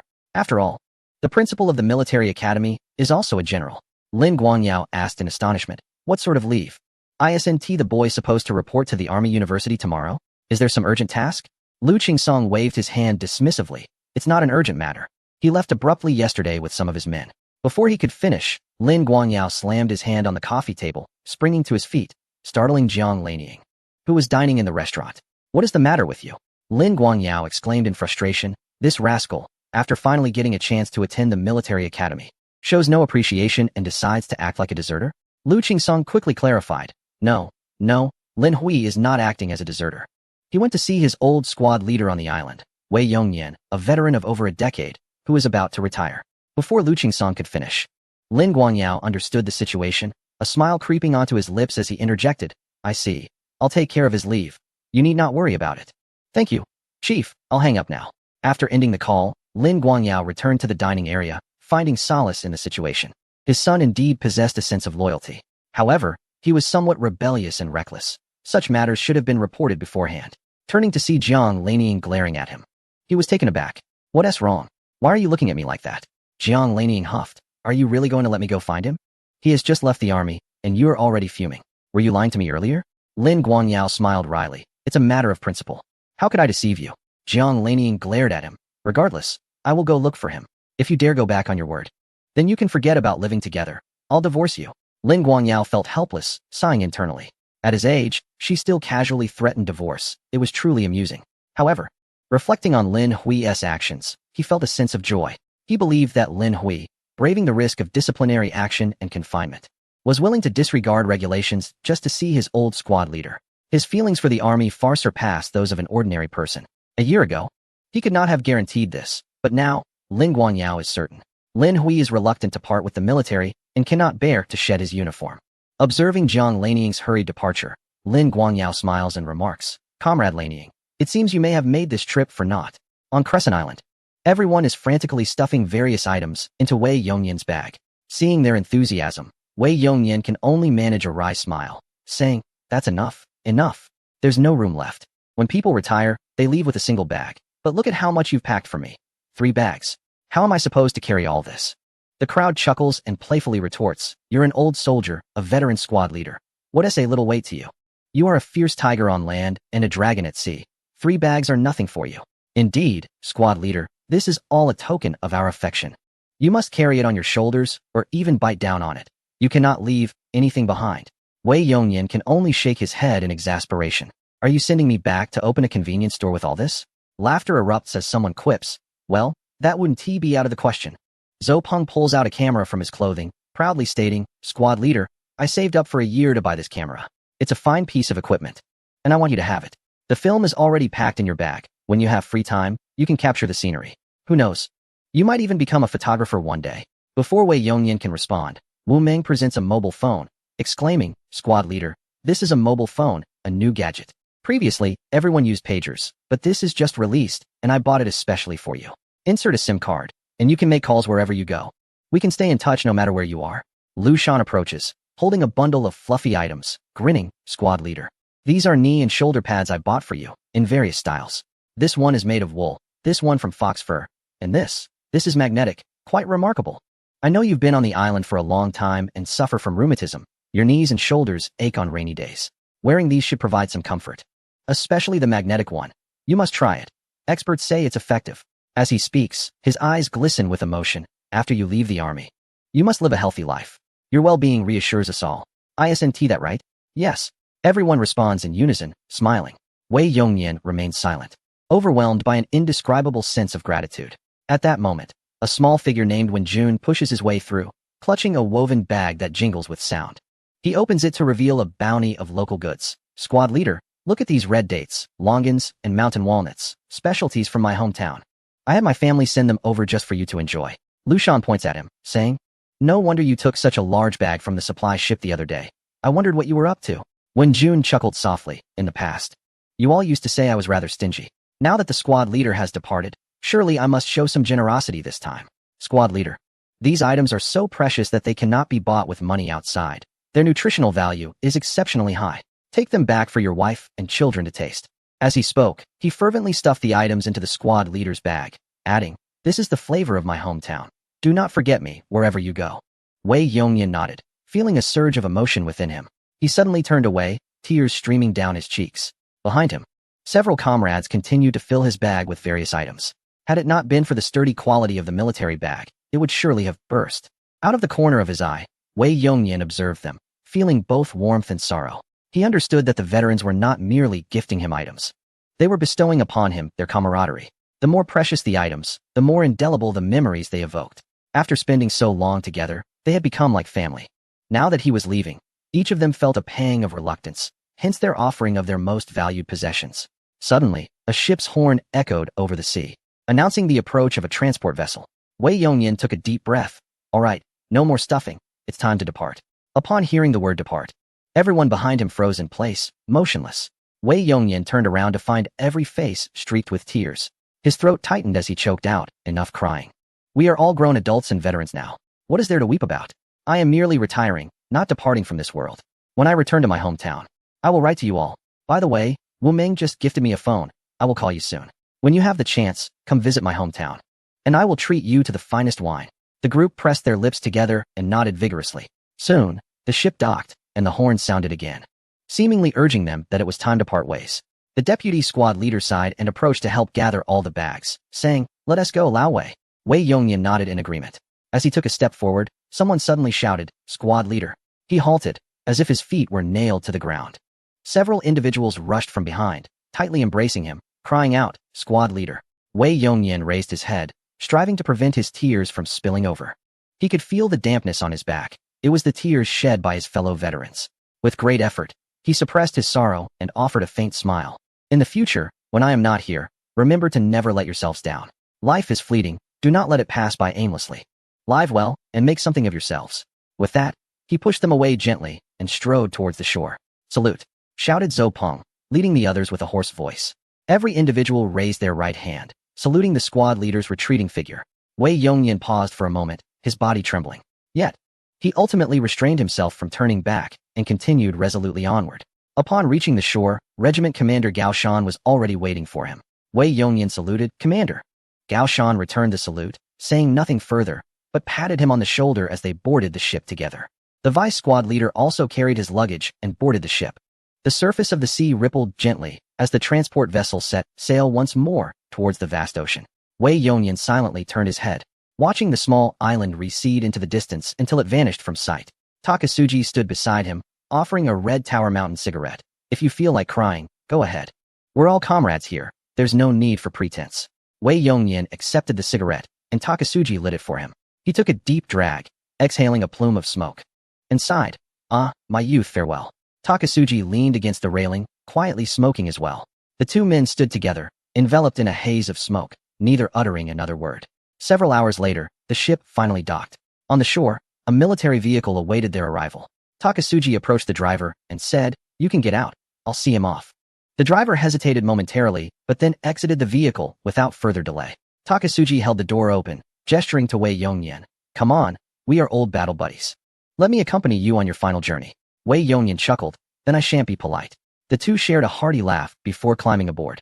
The vice squad leader stowed their belongings in the trunk and joined them, wishing to accompany the squad leader on his last voyage. Once inside the vehicle, Wei Yongyan could not help but glance back. The empty road ahead filled him with an overwhelming sense of loss. The person he had longed for had not appeared. The vice squad leader perceived his thoughts and sighed softly. If only Lin Hui were here, it would be perfect. Wei Yongyan's heart sank, and he remained silent. Takasuji glanced at the rearview mirror and sighed. "That kid was the last soldier you trained, and he was the best of the lot. I heard he is now a deputy battalion commander and is about to attend military school for further studies. You really are an exceptional squad leader. You always manage to cultivate fine soldiers." Wei Yongyan forced a smile, but said nothing. Takasuji silently lamented, knowing that Wei Yongyan must be feeling profoundly sorrowful. The last soldier he trained would always hold a special significance for any leader. Unfortunately, Lin Hui had moved on to a new unit with new responsibilities, making it unlikely for him to come by casually. This might well be Wei Yongyan's greatest regret in life. As they drove off, Takasuji started the engine and headed down the main road. Just as they turned a corner, he suddenly slammed on the brakes. The two passengers were propelled forward by inertia, nearly colliding with the front seats. "What is going on? Captain, if you can't drive, perhaps I should take over?" Takasuji spun around, eyes wide and lips trembling. Look ahead." Sensing something, Wei Yongyan frantically shook the window handle, lowering the glass, and hurriedly looked outside. There, standing by the roadside, were two familiar figures. Standing upright like telephone poles, Wei Yongyan's lips quivered, and tears cascaded down his cheeks. He buried his head in his arms, sobbing silently. On the roadside, Lin Hui shouted hoarsely with great fervor, "Salute." He and Suda stood tall, raising their right hands with all their might, together shouting, "Good day, class leader." Wei Yongyan trembled violently, unable to contain his emotions any longer, and broke down in tears. The vice class leader and Gao Shan also lifted their heads, tears streaming down their faces. Let us go, Wei Yongyan said after a moment, wiping his tears and patting Gao Shan on the shoulder. Gao Shan turned back and asked, "Aren't you going to greet them?" Wei Yongyan shook his head, contentedly replying, "It's enough. Being able to see them has made it worthwhile." Gao Shan understood that he did not wish for the two soldiers he had brought out to witness his disheveled state after removing his uniform. He desired to leave a dignified impression, preserving his best image eternally in the hearts of Lin Hui and Suda. Gao Shan dried his tears and shifted back into gear, gently releasing the clutch, allowing the vehicle to glide slowly forward. Wei Yongyan slightly raised his head, watching Lin Hui and Su to turn their bodies slowly in the direction of the car. Even when they had walked a great distance, the two remained standing there, maintaining their salute. Tears welled up in Wei Yongyan's eyes once more, and he choked out, "Good soldiers. All of them are my good soldiers. It was worth it. Worth it for a lifetime." Chapter 212. Brothers share the penalty on the playground. Beside the flagpole, 5 shadows of varying heights were elongated by the setting sun. Lin Hui and Su De stood on the platform, while the other 3 remained below, motionless, resembling sculptures. A group of cadets marched past, their laughter ringing out. These fellows were quite the sight, being ordered to stand as punishment so soon after their arrival. Once the formation had passed, the 3 below instantly deflated like punctured balloons, their faces filled with despair. Wang Yong, wearing a mournful expression, lamented, "Brother Hui, the 3 of us didn't go with you. We reported on time. Why must you drag us into this punishment?" Chen Eru, looking beleaguered, added, "It's unfair, utterly unfair. I haven't eaten all day." Nearby, Zhang Wei's stomach grumbled in agreement. It was evident that Lin Hui and Su De were the ones tardy and deserving of punishment. Yet they had pulled the 3 along with them, standing since early morning without a drop to drink, even holding in their bodily needs. It was truly disheartening. Lin Hui glared down at them, saying, "We all hail from the same place. How can you utter words that undermine our unity? Do not forget, you are all my soldiers. When I face hardship, you must share in the suffering. That is what camaraderie is about." The 3 below fell utterly silent. Good fortune was not theirs, yet they bore the brunt of the punishment together. Wang Yong, with a weary tone, inquired, "Brother Hui, with such a significant matter, why haven't the leaders confined us instead of making us stand?" Lin Hui shook his head, equally perplexed. By rights, this should not differ substantially from their previous circumstances. The management was equally stringent. As per protocol, he and Su De had left without permission and failed to report on time, which was a serious violation. Confinement and punishment were inevitable. Yet, the school leadership did not impose strict penalties, but rather assigned them to stand. They had been standing for almost an entire day without anyone coming to check on them. Lin Hui simply could not fathom the rationale behind it. At that moment, a middle-aged man approached from the edge of the playground, accompanied by several others. "Stand straight, someone is coming," Lin Hui whispered as a warning. Everyone hurriedly straightened up, adopting a serious demeanor. The newcomer was Vice Principal Chen Qing, a senior leader responsible for overseeing them. Chen Qing walked up with his hands clasped behind his back, his piercing gaze sweeping over their faces. "Who spoke just now?" he demanded. All remained silent, staring straight ahead. With a cold smile, Chen Qing advised, "I suggest you confess voluntarily. Honesty will be met with leniency. Those who come forward to expose the wrongdoings will be exempt from standing punishment." Instantly, the other's eyes lit up. Before Lin Hui could react, all fingers pointed unison towards him. Lin Hui erupted with fury. "Traitors! How could you betray me?" Wang Yong quickly jabbed his finger at Lin Hui, addressing Chen Qing. "Look," he spoke again, and even used foul language. P.S. implicating himself. Chen Eru chimed in, pointing with both hands. "Exactly. This is a school. Such language is uncivilized." Su De and Zhang Wei wore expressions of righteous indignation, as if they were entirely uninvolved. Lin Hui nearly spat blood. "These scoundrels are utterly ungrateful. Even the enemy hasn't tortured me before selling me out. They are all traitors, collaborators." Chen Qing nodded with satisfaction. "Very well. You are honest. You may go rest." "Thank you, leader." The group saluted cheerfully and turned to leave. Lin Hui pointed at Su De, exclaiming in exasperation, "Leader, the one who looks the oldest, he was late with me. Don't let him slip away. He has a wicked heart." Su De, infuriated, turned around to glare at Lin Hui, seething with anger. "You bastard! How dare you bite back at such a crucial moment?" Chen Qing responded with a casual "oh," then said, "The other 3 may rest. You will serve 5 days of confinement." Su De, looking despondent, pleaded, "Leader, didn't you just say that those who expose wrongdoings can rest?" Chen Qing nodded. "Indeed, but you will rest in a different place under supervision. Take him away." 2 individuals stepped forward, directly escorting Su De away. Lin Hui watched Su De's despondent expression, feeling a strange sense of satisfaction. "Serves you right. Letting you betray me has backfired." Chen Qing approached Lin Hui, sternly rebuking him. "You are to be punished for speaking. Do you not know the rules?" Lin Hui straightened his chest, a serious expression on his face. In his previous environment, he had commanded respect, even daring to be cheeky with Zhou Zhongyi. Yet here, he was a newcomer, too intimidated to act out. In the past, he may have been carefree and indifferent, but now he was different. Orders and discipline had become ingrained in him. He stood firm when reprimanded and steadied himself when punished. He had made a mistake and deserved to be punished. Chen Qing pointed at him, stating firmly, "You have a host of bad habits. Defying orders and failing to report at the designated time.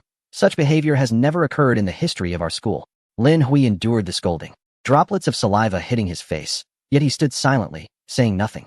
Once Qin Xing had finished reprimanding him, he asked, "Do you now realize your mistake?" Lin Hui responded loudly, "I acknowledge my mistakes." "All right, it's good that you realize your errors. Are you willing to amend them?" "I am willing to change." "Excellent." To proactively admit one's faults and be eager to rectify them is the mark of a good comrade. Upon hearing this, Lin Hui felt a surge of joy within him. It's settled then. The leader has said so. Surely the matter will soon be resolved. Qin Xing waved his hand dismissively. "Since your attitude is positive, let us commence." Lin Hui was momentarily taken aback. "Commence what?" Qin Xing replied nonchalantly. 1,000 push-ups, 1,000 high knees, 1,000 pull-ups, 1,000 frog jumps, and to conclude, a 15-kilometer run around the track, followed by a return to standing punishment. Lin Hui's mouth fell agape, utterly dumbfounded. "Didn't you say that acknowledging mistakes makes one a good comrade? Is there still an issue?" Qin Xing scoffed. "This is your opportunity for correction. I wish to see how well you can amend your ways, and whether you possess the determination." Lin Hui's lips twitched in disbelief. Typically, he was the one imposing challenges on others, but now he found himself at the mercy of another. However, given Qin Xing's position as the vice principal, he had no choice but to comply. Lin Hui sighed inwardly, recognizing that in this life, one must eventually repay their dues. It would be wiser to finish school and return home early.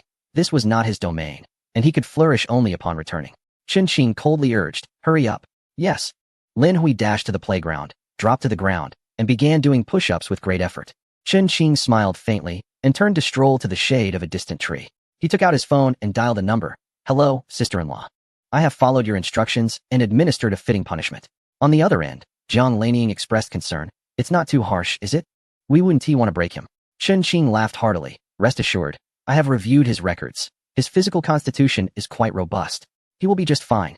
I merely aim to push him to his limits." With a sigh of relief, Jiang Lanying responded, "Oh, that's good to hear." Qin Xing, intrigued, inquired, "Sister-in-law, haven't you always been protective of this precious son? Why then do you have me intentionally make things difficult for him? If it were the old leader, I could understand, given the years spent under Lin Guangyao's command. He is well known for his stern nature, especially towards his sons. Yet, your temperament is the polar opposite, embodying the image of a doting mother, particularly towards this youngest son, whom you treat with utmost care." Jiang Lanying sighed and explained, "I wish to provide him with more challenges, to teach him to recognize difficulties and return home sooner." Qin Xing frowned slightly, though he personally disagreed with her approach. He understood the universal sentiment of parental concern. If Lin Hui could not withstand this minor adversity, it would indicate a lack of willpower. Such a person would not thrive in a place that demands resilience and strength, not a pampered young master who cannot endure hardship. Jiang Lanying pleaded, "Old Chen, you must assist me in this." After a moment of hesitation, Qin Xing nodded. "All right, for the sake of the old leader, I will lend a hand. However, one condition must be met. We cannot go too far. If he truly wishes to stay." Jiang Lanying smiled. "Your willingness to help me to this extent is already greatly appreciated. There is no need to concern yourself with anything further." "Understood." Qin Xing hung up the phone, letting out a resigned sigh. Is this truly a family? After all the effort for his son to pursue further studies, his mother still had to create obstacles for him? Although it merely involved increasing the training intensity, it was not something just anyone could endure. Turning his head, Qin Xing noticed Lin Hui had already risen from the ground, his jaw dropping in shock. Wow, did he complete all that during a single phone call? Chapter 213, Extraordinary Stamina, astonishing the vice principal in the office building. Qin Xing stood behind the window, observing Lin Hui running laps on the playground. The corners of his mouth twitched. This young man, doesn't he feel fatigued at all? For others, completing a physical exercise would necessitate a brief respite before commencing the next one. Yet Lin Hui required no such pause. He transitioned immediately from one task to the next. Though his movements were not particularly rapid, they were continuous, betraying no signs of exhaustion. Qin Xing felt a twinge of doubt. Is this lad's stamina exceptional, or have I underestimated the intensity of my training regimen? At that moment, the academic director Zhao Ziqing approached with a cheerful demeanor, saying, "Hey, this kid is impressive, he hasn't stopped at all." Qin Xing glanced at him and nodded slightly. Indeed, he is doing quite well. Zhao Ziqing chuckled, "Old Chun, your regimen for him could suffice for a week's worth of training for our average students. It's about time to wrap it up, let us not overdo it." Qin Xing's expression turned stern. We've hardly begun. After this, he must continue standing, and tomorrow he will face further penalties. Zhao Ziqing regarded him with skepticism. Do you hold a grudge against him? How could that be? Qin Xing replied curtly, I do not know him, and besides, Do I appear to be the vengeful type? Zhao Ziqing smiled heartily. You usually treat the students well, showing them care. And as long as they don't commit serious infractions, you tend to be forgiving. Moreover, this young man has already requested a leave, by standard protocol. A warning would suffice. With your harsh penalties, one might think you have a personal vendetta. Go away, you don't understand. Chen Qing waved his hand dismissively. His tone slightly defensive. For those who disobey orders and abandon their posts, severe punishment is essential. Otherwise, they won't learn their lesson. Zhao Ziqing gave him a sidelong glance, then looked back at the playground, shaking his head with a sigh. What could this young man have done to incur the vice principal's ire? Meanwhile, Lin Hui continued to jog steadily around the playground, feeling quite pleased. Attending theoretical classes was exceedingly dull. Running outside was far more enjoyable. It wasn't that he opposed the school's curriculum, but he had already self-studied all the foundational theoretical knowledge during his time in the military. Attending lectures now felt utterly redundant. What he truly wished to learn were hacking and computer technology. The future of warfare is digital, informational, and modernized, and the application of technology and computers will be indispensable. Naturally, Lin Hui was not the principal, nor could he dictate his own curriculum. Thus, during this period, he simply meandered around the playground, focusing on enhancing his physical conditioning. These physical training sessions were merely a piece of cake for him. He treated them as a leisurely endeavor. Soon enough, the notifications chimed. Speed level 1, stamina level 1, recovery ability level 1. In no time, Lin Hui completed the 15-kilometer run and returned to the flag-raising platform, standing at attention. His complexion remained unflushed, and he exhibited not a single bead of sweat upon his forehead. A gentle breeze swept by, adding to his comfort. As time ticked away, the sky gradually darkened. Groups of trainees sang cheerfully as they made their way to the cafeteria. Chen Qing, hands clasped behind his back, approached Lin Hui with a grin. Are you tired? Lin Hui responded with a loud declaration. I'm utterly exhausted. Yet, judging by his robust demeanor, it was evident that he was far from fatigued. His words were clearly a jest. Chen Qing chose not to expose him, retorting with a smirk. It's only natural to feel tired. Go eat, and we will continue tomorrow. Yes, sir. Lin Hui saluted, and then quietly inquired. Leader, have we met before? Chen Qing regarded him curiously. I don't believe so. Why do you ask? Lin Hui responded with an "oh," his expression tinged with confusion as he departed. Could it be that you're envious of my good looks? Hence your attempts to penalize me? Upon hearing this mutter, Chen Qing felt a surge of irritation. This lad certainly had a cheeky disposition. It seemed that tomorrow would require an increase in the intensity of his training. Watching Lin Hui's retreating figure, he sighed. Indeed, he is a promising soldier. It would be a waste not to keep him in the army. However, it is not my intention to be hard on you. It was your mother's request. I cannot overlook the favor she has bestowed upon you. The following day, the punishment was doubled. 1,500 push-ups, 1,500 high knees, 1,500 pull-ups, and 1,500 frog jumps. Even the running distance exceeded yesterday's by an additional 3 kilometers. Yet, despite this increase, Lin Hui completed the tasks with apparent ease, his time only slightly longer than the previous day. His condition remained unchanged. No flushed cheeks, no breathlessness, and not a trace of exhaustion to be seen. In the vice principal's office, Chen Qing began to question his own sanity. After increasing the workload so significantly, he still remains unyielded. This lad's physical prowess is simply extraordinary. He gazed out at the playground, where Lin Hui appeared like an inquisitive child, curiously observing the training of others, which made Chen Qing clench his fists in frustration. His competitive spirit ignited. I refuse to believe that you can endure this. Just then, his phone vibrated in his pocket. The caller ID displayed Jiang Lanying's name. Hello, sister-in-law, he answered. Jiang Lanying inquired with concern. How are things over there? Has little Hui decided to back down? Chen Qing, feeling a twinge of guilt, nodded. Not long now. He will soon reach his limits. Everything is under control, rest assured. Hearing this, Jiang Lanying felt a wave of relief and smiled. Old Chun, I entrust this to you. But please, don't be too harsh. Do not let him collapse. Chen Qing observed the lively figure on the field, his lips twitching in disbelief. This lad is as strong as an ox. Even if I falter, he will not. On the third day, Chen Qing elevated the training regimen once more, a confident smile adorning his face. I refuse to believe that you can sustain this any longer. As Lin Hui concluded his evening training, he was utterly astonished. Observing Lin Hui standing on the podium, Chen Qing felt his lips twitch in disbelief. Just yesterday, beads of sweat were faintly visible on the young man's forehead, yet today, he exhibited no signs of perspiration whatsoever. What an anomaly! Chen Qing couldn't help but ponder. How on earth did this young leader come to possess such extraordinary physical capabilities? Had his genes undergone some form of mutation? He had never encountered someone with such formidable stamina. Lin Hui flashed a smile at him and asked, Leader, I've completed my punishment. May I go eat now? Chen Qing was left speechless. Not only was this young man physically exceptional, but he was also an insatiable eater. Over the past couple of days, his meals had been equivalent to what 3 individuals would consume. Chen Qing had discreetly observed him in the cafeteria, where others merely took bowls.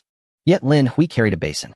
However, considering the immense energy expenditure, it was reasonable for him to have such an appetite, so Chen Qing refrained from commenting. Impatiently waving his hand, Chen Qing replied, "Go on, hurry up." "All right." Lin Hui cheerfully dashed off. After taking a couple of steps, he suddenly halted, turned back with an eager expression, and inquired, "Leader, will I be punished again tomorrow? Perhaps we could even increase the intensity?" Chen Qing nearly lost his composure. After years of military service, he had never encountered anyone who anticipated punishment with such enthusiasm, let alone requested an increase in the workload. This young man must be a bit unhinged. Chapter 214. A moment of silence for Comrade Lin Hui. In the blink of an eye, a week had passed. Chen Qing found himself engaged in a rivalry with Lin Hui, and each day, he added a bit more to the existing punishment. By the 7th day, the number of push-ups had escalated to 3,000, and the running distance had extended to 30 kilometers, all without a moment's respite. For an ordinary person, such an intense regimen would have been utterly exhausting, yet Lin Hui remarkably persevered. Especially on the 7th day, after finishing the training, he looked utterly spent, akin to a lifeless dog. However, the very next day, he appeared invigorated, as if nothing had transpired, which infuriated Chen Qing. He had completely disregarded Jiang Laniang's advice and was now solely focused on competing with Lin Hui. Clenching his fists and grinding his teeth, Chen Qing thought, after all these years in the military, mentoring countless trainees, how can this young rascal hold sway over me? I must see just how long you can endure. On the 8th day, bright and early, Lin Hui eagerly approached him, exclaiming, "Leader, shall we increase the intensity today?" Chen Qing glared at him, exasperated. "No more increases. Stick to yesterday's routine." Lin Hui chuckled. "All right then, I'll begin." Just as he was about to start, he was interrupted. "Wait a moment." Chen Qing pointed to a 15-kilogram backpack nearby, a triumphant smile crossing his face. "Put on this weight. I want to see if you can perform as well as before. Don't hesitate to speak up if it becomes too much. Just don't push yourself too hard." Lin Hui laughed. "No worries, this weight is child's play." Chen Qing's lips twitched in disbelief. "How arrogant. I am eager to see just how much you can truly handle." Without hesitation, Lin Hui donned the backpack and began to run a few steps before dropping to the ground to perform push-ups, panting as he went. Like a relentless pump, Chen Qing continued without pause. His face wore a confident and smug smile, but as time elapsed, that smile began to vanish at an alarming rate, ultimately transforming into a visage of terror. What was happening? Why did he feel burdened? And how was this kid moving faster than yesterday? A normal person, encumbered by weight, would undoubtedly feel the strain, and both their actions and speed would slow down. Yet Lin Hui not only maintained his pace, but seemed to quicken it, as if a supernatural phenomenon was unfolding in broad daylight. Seizing the opportunity while Lin Hui took a bathroom break, Chen Qing approached and discreetly lifted the backpack, which weighed a solid 30 pounds, no less, no more. What kind of anomaly was this lad? Did he truly feel no weight, or was there some other explanation? Moments later, Lin Hui adjusted his trousers and swiftly returned from the restroom, bounding toward the playground with remarkable vigor. For him, running 30 kilometers felt nearly akin to a leisurely stroll in the park. Observing him complete his run, still exuding an air of calm composure, Chen Qing's eyes widened in astonishment. This was no longer merely a case of abnormality. This was a monster. In a flash, Lin Hui dashed past him, preparing to stand at the flag platform. Suddenly, there was a loud thud. Chen Qing turned to discover Lin Hui had collapsed on the platform, motionless. Startled, he rushed over, exclaiming, "What happened? What's wrong?" Lin Hui feigned exhaustion, adopting a weak demeanor. "I can't go on, leader. I'm utterly spent. It's too tiring. May I rest for a moment and not stand?" Chen Qing paused, his face blossoming into a broad grin. He chuckled heartily. "I thought you were indestructible. Finally, you've met your match? Speak up. Have you realized your mistakes?" "Indeed," Lin Hui replied. "Isn't it far more arduous here than in the military?" "Yes, indeed. It is the most grueling." Chen Qing replied with a beaming smile. "So, will you be back tomorrow?" Lin Hui looked up at him. "Of course. I must endure a great deal of punishment to truly comprehend my errors." "Bring it on, don't hesitate." Chen Qing nearly choked on his own blood. Even in such a state of utter fatigue, this lad still craved more punishment? Did he possess some sort of masochistic tendency? What was that term the youth use nowadays in English, SM? Infuriated, he pointed angrily at the side and shouted, "If you need to rest, go rest on the playground.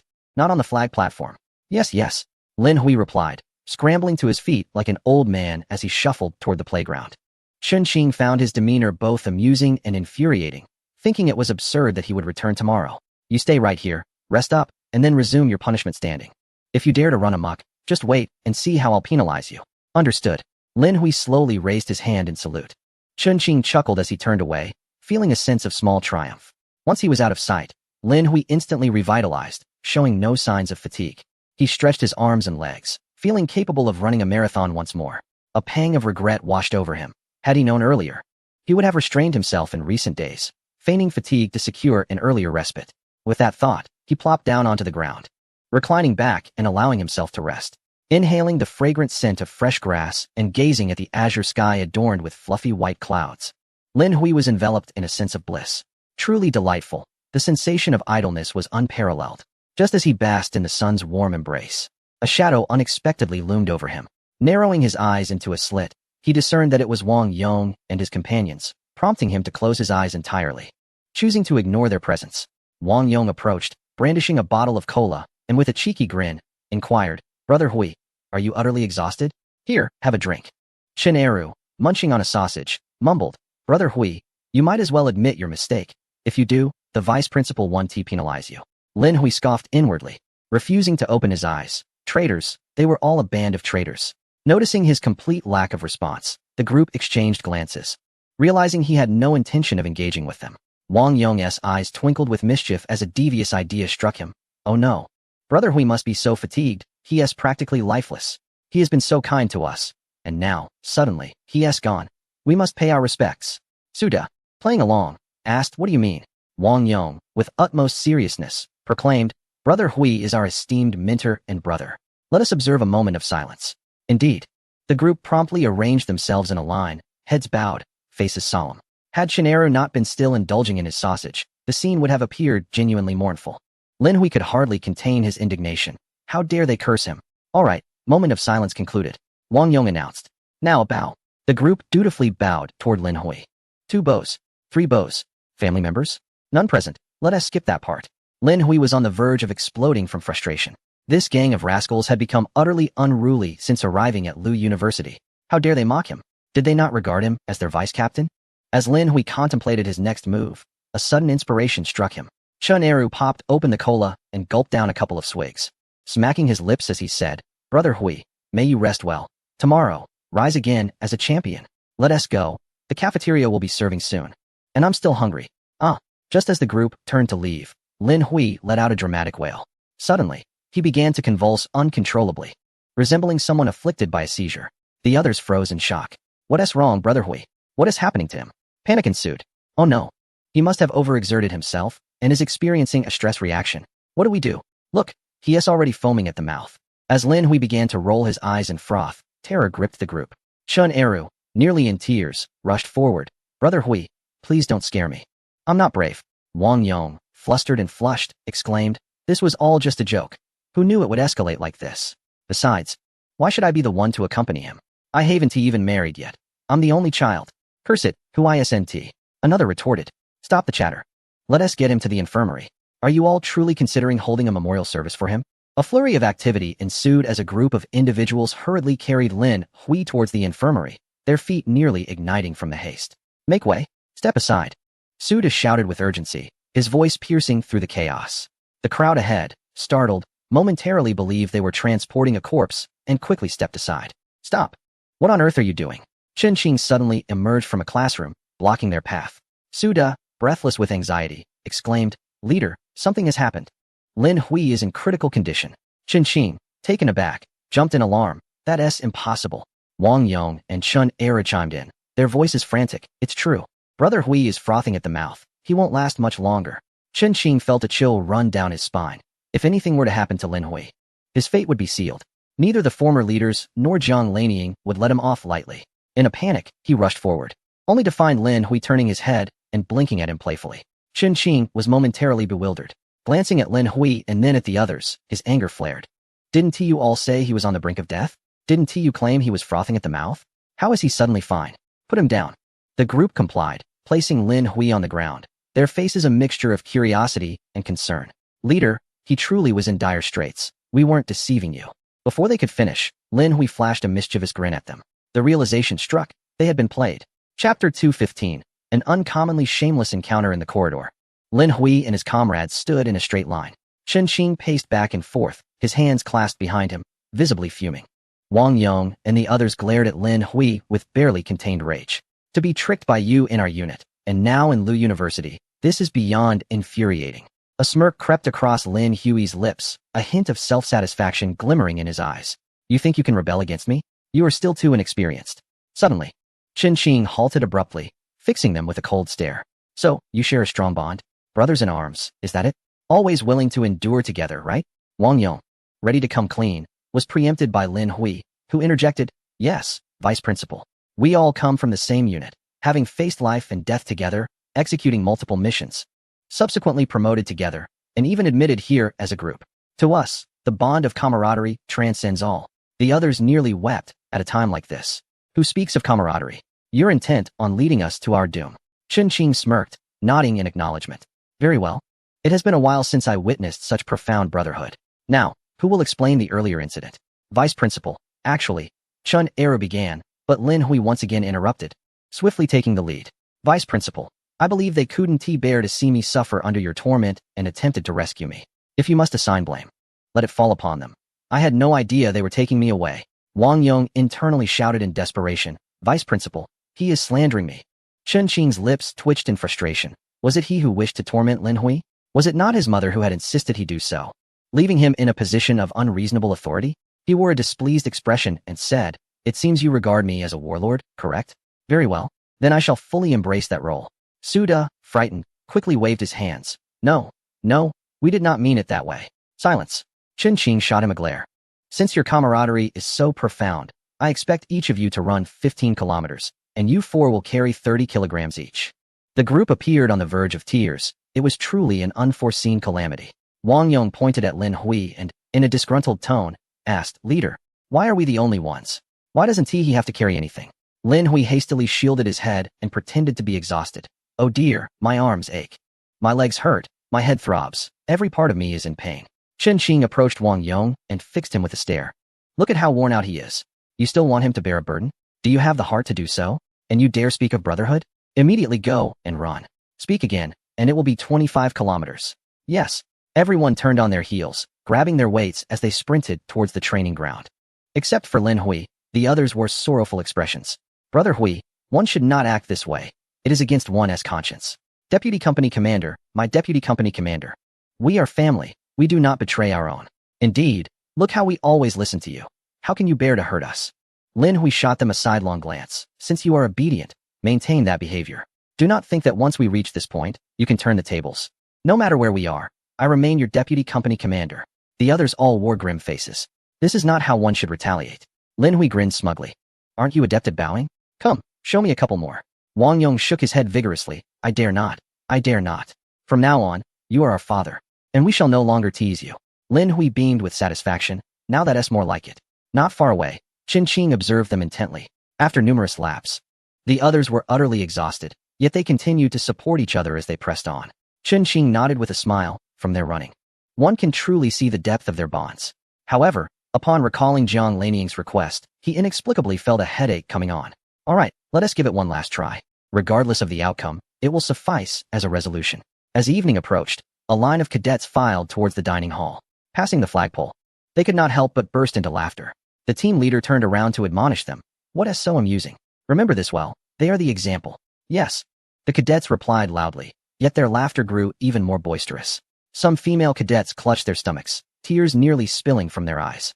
On the flag-raising platform, Lin Hui held his head high, exuding indifference. Hanging around his neck was a large placard that extended from his neck to his feet, emblazoned with bold characters, the consequences of disobedience. The others, apart from him, also bore large placards across their chests, resembling a public shaming. Su Da's face flushed, wishing he could find a hole to hide in. Wang Yong and Chun Eru both kept their heads down, feeling utterly humiliated. Zhang Wei wore a bitter expression, with two crystalline tears forming at the corners of his eyes. I have never felt so embarrassed in my life.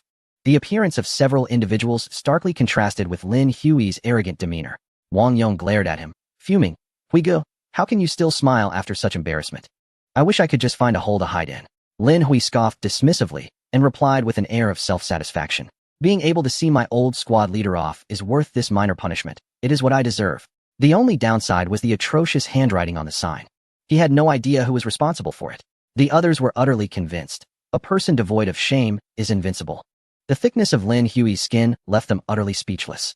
Shun Eru, with a mournful expression, lamented, Huigu, you could have taken the punishment alone. Why drag us into this? I was looking forward to a hearty dinner. The dining hall only sold large meat buns in the evening. Lin Hui shot him a glare. Will you die for missing one meal?